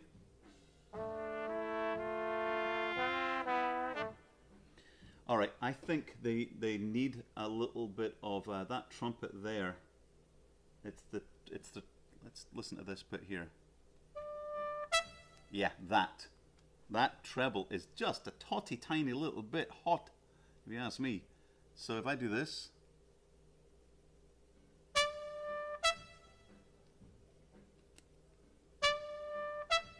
that's better. It was just ripping through everything. So let's hear that together with that one.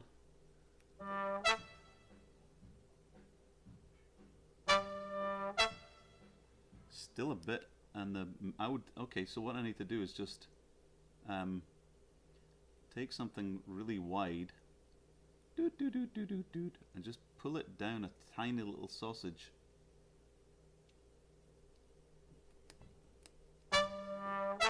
That's better. Much better. All right, cool. So now let's go back. Let's take off the solos, and let's go back to our mix. See, I'm just trying to follow the breadcrumbs. Equal parts of young and innocent park. Yeah, it's not entirely genuine, but I do not consider. Okay, hang on. Now I feel like I want to hear, if I listen to those horns on their own, beep.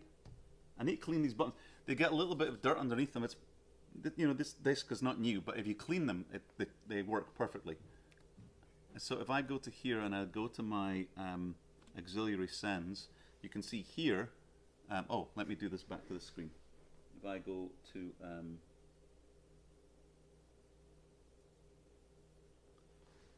here, you will see that these two are switched on. And if I listen to them solo, it's good, but I could totally drive up a little bit more. Or I can try my trick of changing the pan on them. So I'm just going to send different pans. Let's see what that does. Ho ho ho! Oh, that's fantastic. All right. Yes. Save. Bonk. That was a good call. All right. Let's go back down to this. That's great sounding. Okay, now we can do this, and let's let it back in context. Trying to follow the breadcrumbs, equal parts of young and innocent park. Yeah, it's not entirely genuine, but I do not consider myself worthy of love now. I'm stooping around in the dark, so send a smile on my way. As if you wanna talk about it, come out Saturday night.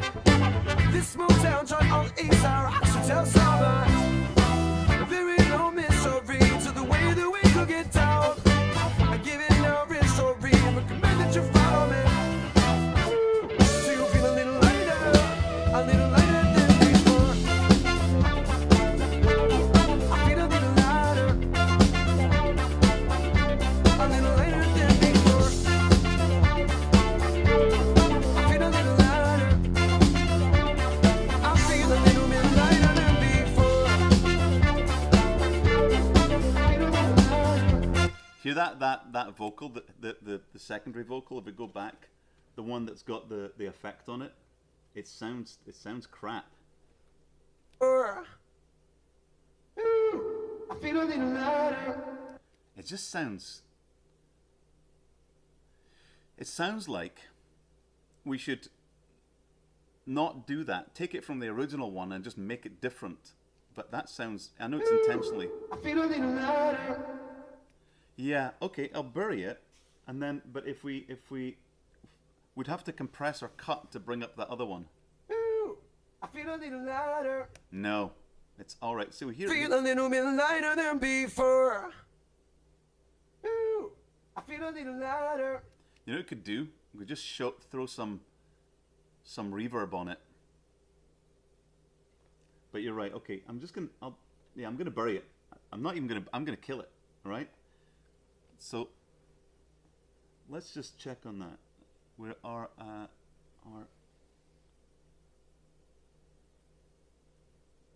let's see what that sounds just on its own. Feel a little bit lighter than before.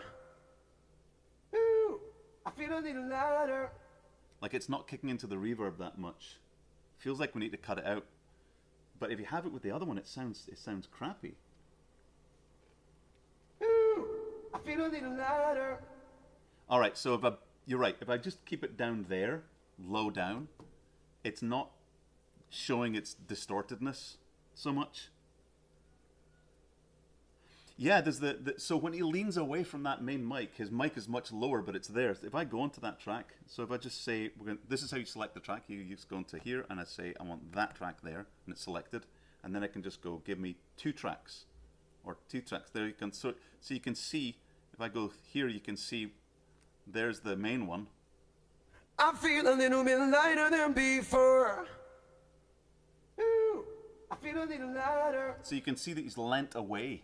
He's leant away from the mic to go to the other mic that does that on its own with that distorted part. So they could be, if we wanted to, we could take that, cut it, put it to its own track, and then make it not shit. Or I could just gain up that, like I could do this. Here's what I could do. Just do this, and I just go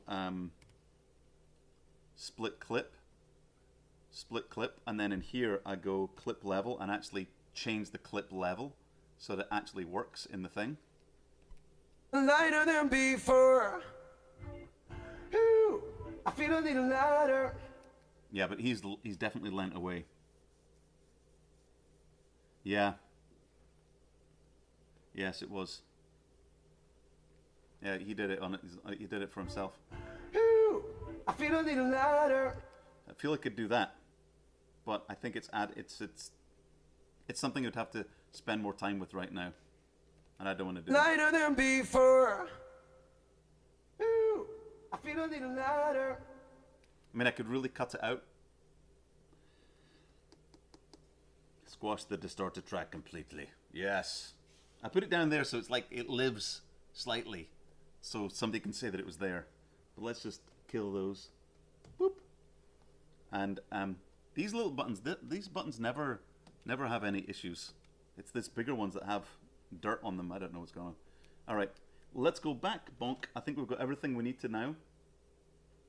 Let's go back to looking at all the tracks.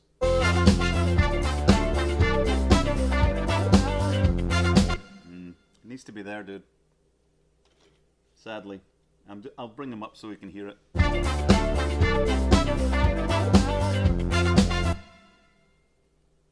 Feels like we need to have him in there because we're not hearing it at all. Really compress the shit out of it. I could.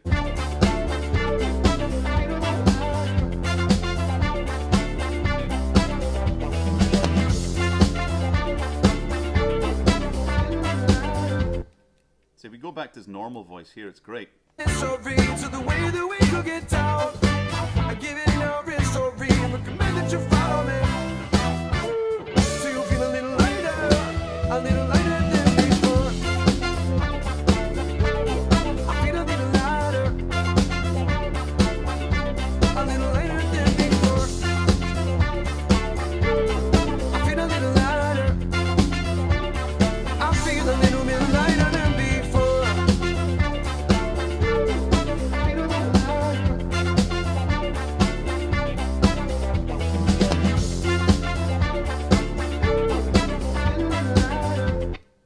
I think we need to grab it.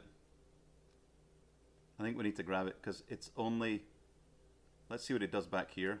He goes back to normal, so it's like whoo, and then comes back to normal. I feel a little lighter. So we only need to do it in those 2 places, and I think it's worth it because it sounds crap. All right, we're doing it. Dun dun dun. So, we're going to raise it up. And then we're gonna, I wonder if I could do some noise reduction, but I need to pipe in the other thing. Let's just trim this. Oops, undo. And let's kill this track.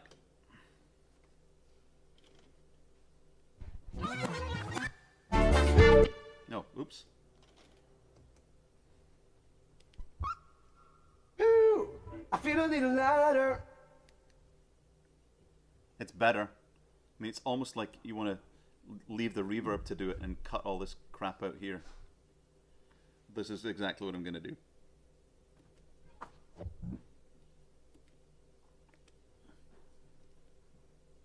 Ooh, I feel There you go.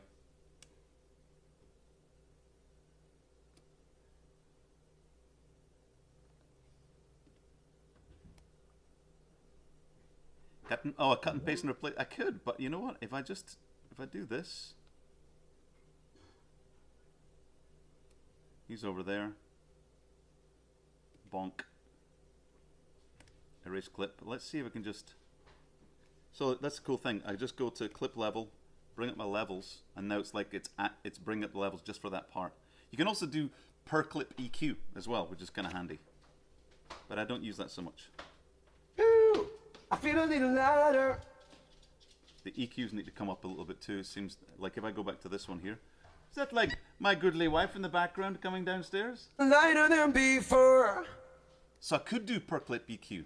Ooh, I feel a little lighter. I could, and that's exactly what I'm gonna do. Let's do this one here. Ooh, I feel a little lighter. My God, that noise in the background is bad. So I'm just gonna fade that, and then cut this.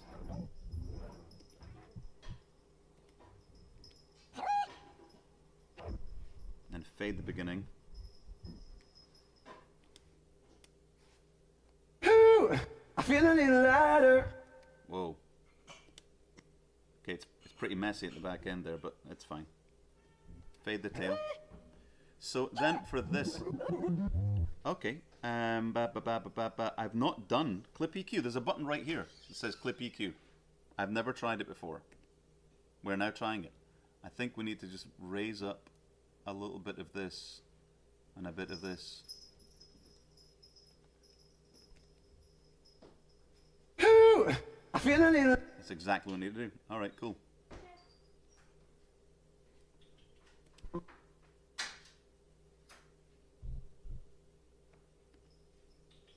Gonna do the same to that one. Tiny little bit of 5K and 10K. So it just rolled off the bottom there. Just a tiny wee bit. Ooh, I feel a little lighter. Okay. Oh, I don't know what I'm doing here. Has that one got EQ on it? How do I do this? Haha. I think I got it, but then I didn't seem to save it. Oh, apply. There you go. I feel it. Not much. It just needs a little totty tiny bit. Bonk. Ooh, I feel a little lighter. All right, that's the only time we're hearing it.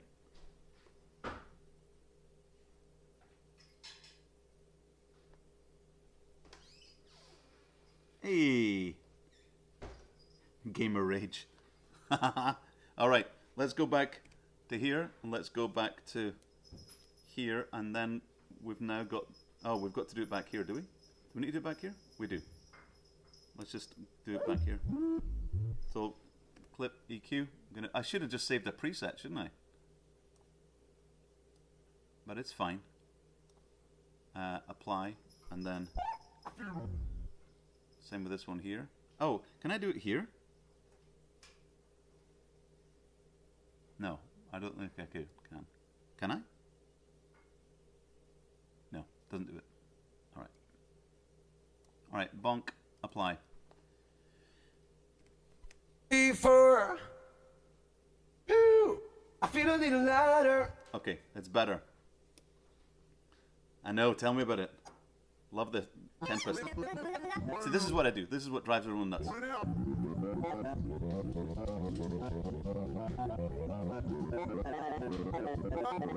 How fast can I go? It's ridiculous. I know that. Alright, so we are switching off that solo, bonk, and we are seeing the whole song, and I can deselect that track, and I think we fixed that part. Feel a little bit lighter than before. I feel a little lighter. And I think I'll just bring them up a little bit too, because I did bury it. That one's buried. So what I'll do here is I'll just, on that track there, I'm just going to bring up the levels just a tiny little bit. I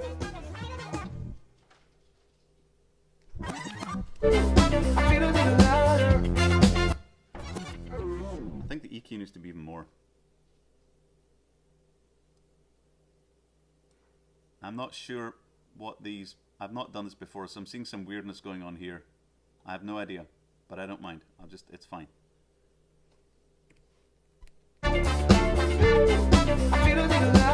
There you go. That's better.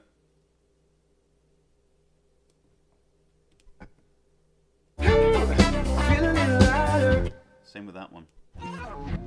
So I'm going to just go clip level, bring up my levels a little bit higher, and then go to my EQ clip and make it a little bit higher in the 5K range.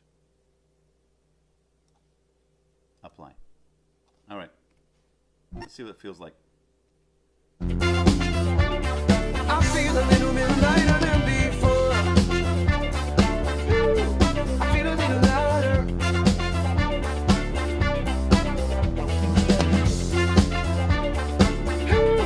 I feel a little lighter.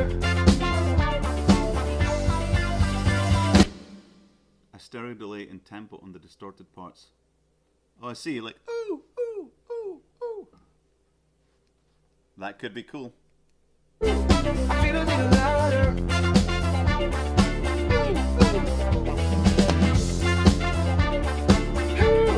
I feel a little lighter. The only thing is, it is now 4:23, so it's coming to a close for what I can get done in this session. But I think we made some good progress. Let's save again. Save project with the buttons.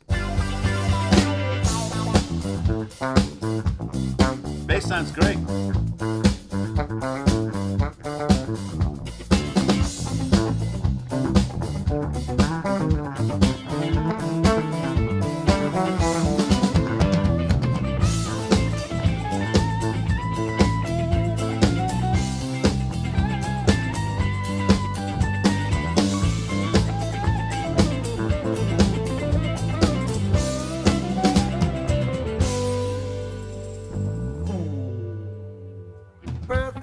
Subjects, I get a little excited. All right, there is backstory to this.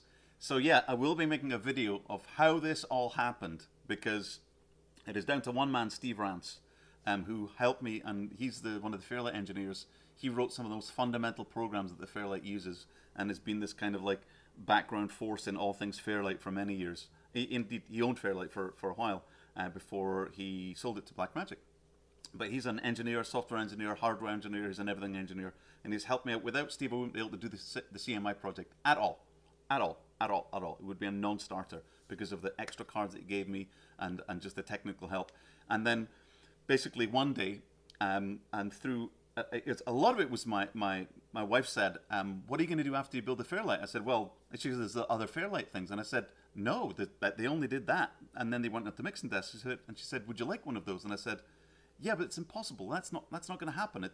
They're way expensive. And she goes, oh, you're being negative. You need to just think about how big is it? Would you like one? And I said, well, it's about this size. She says, okay, let's make a space. So we made a space, and then literally and like just wished for a desk to magically appear.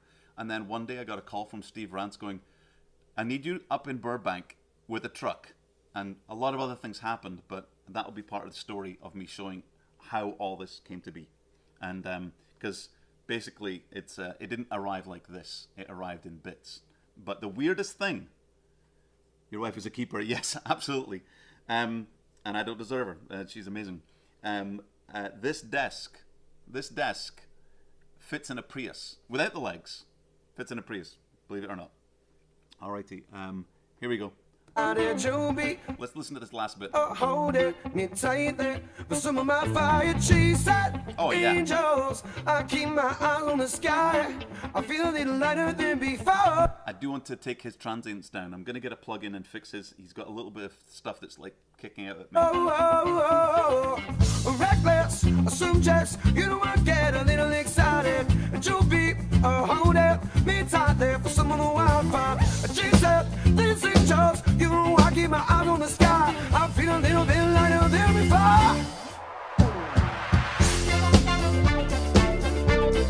I feel a little lighter. A little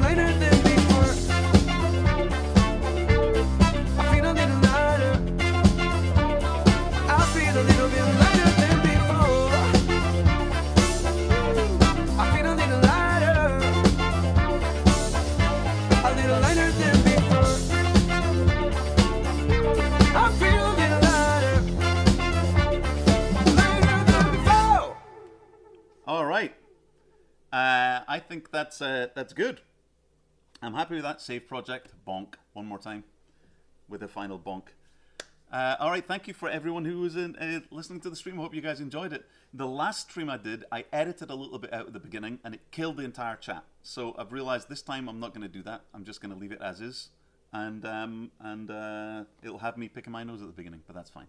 All right, have a lovely remainder of the day, and I'm going to do more of these. Cheers. Have to press the fade button myself. Bye.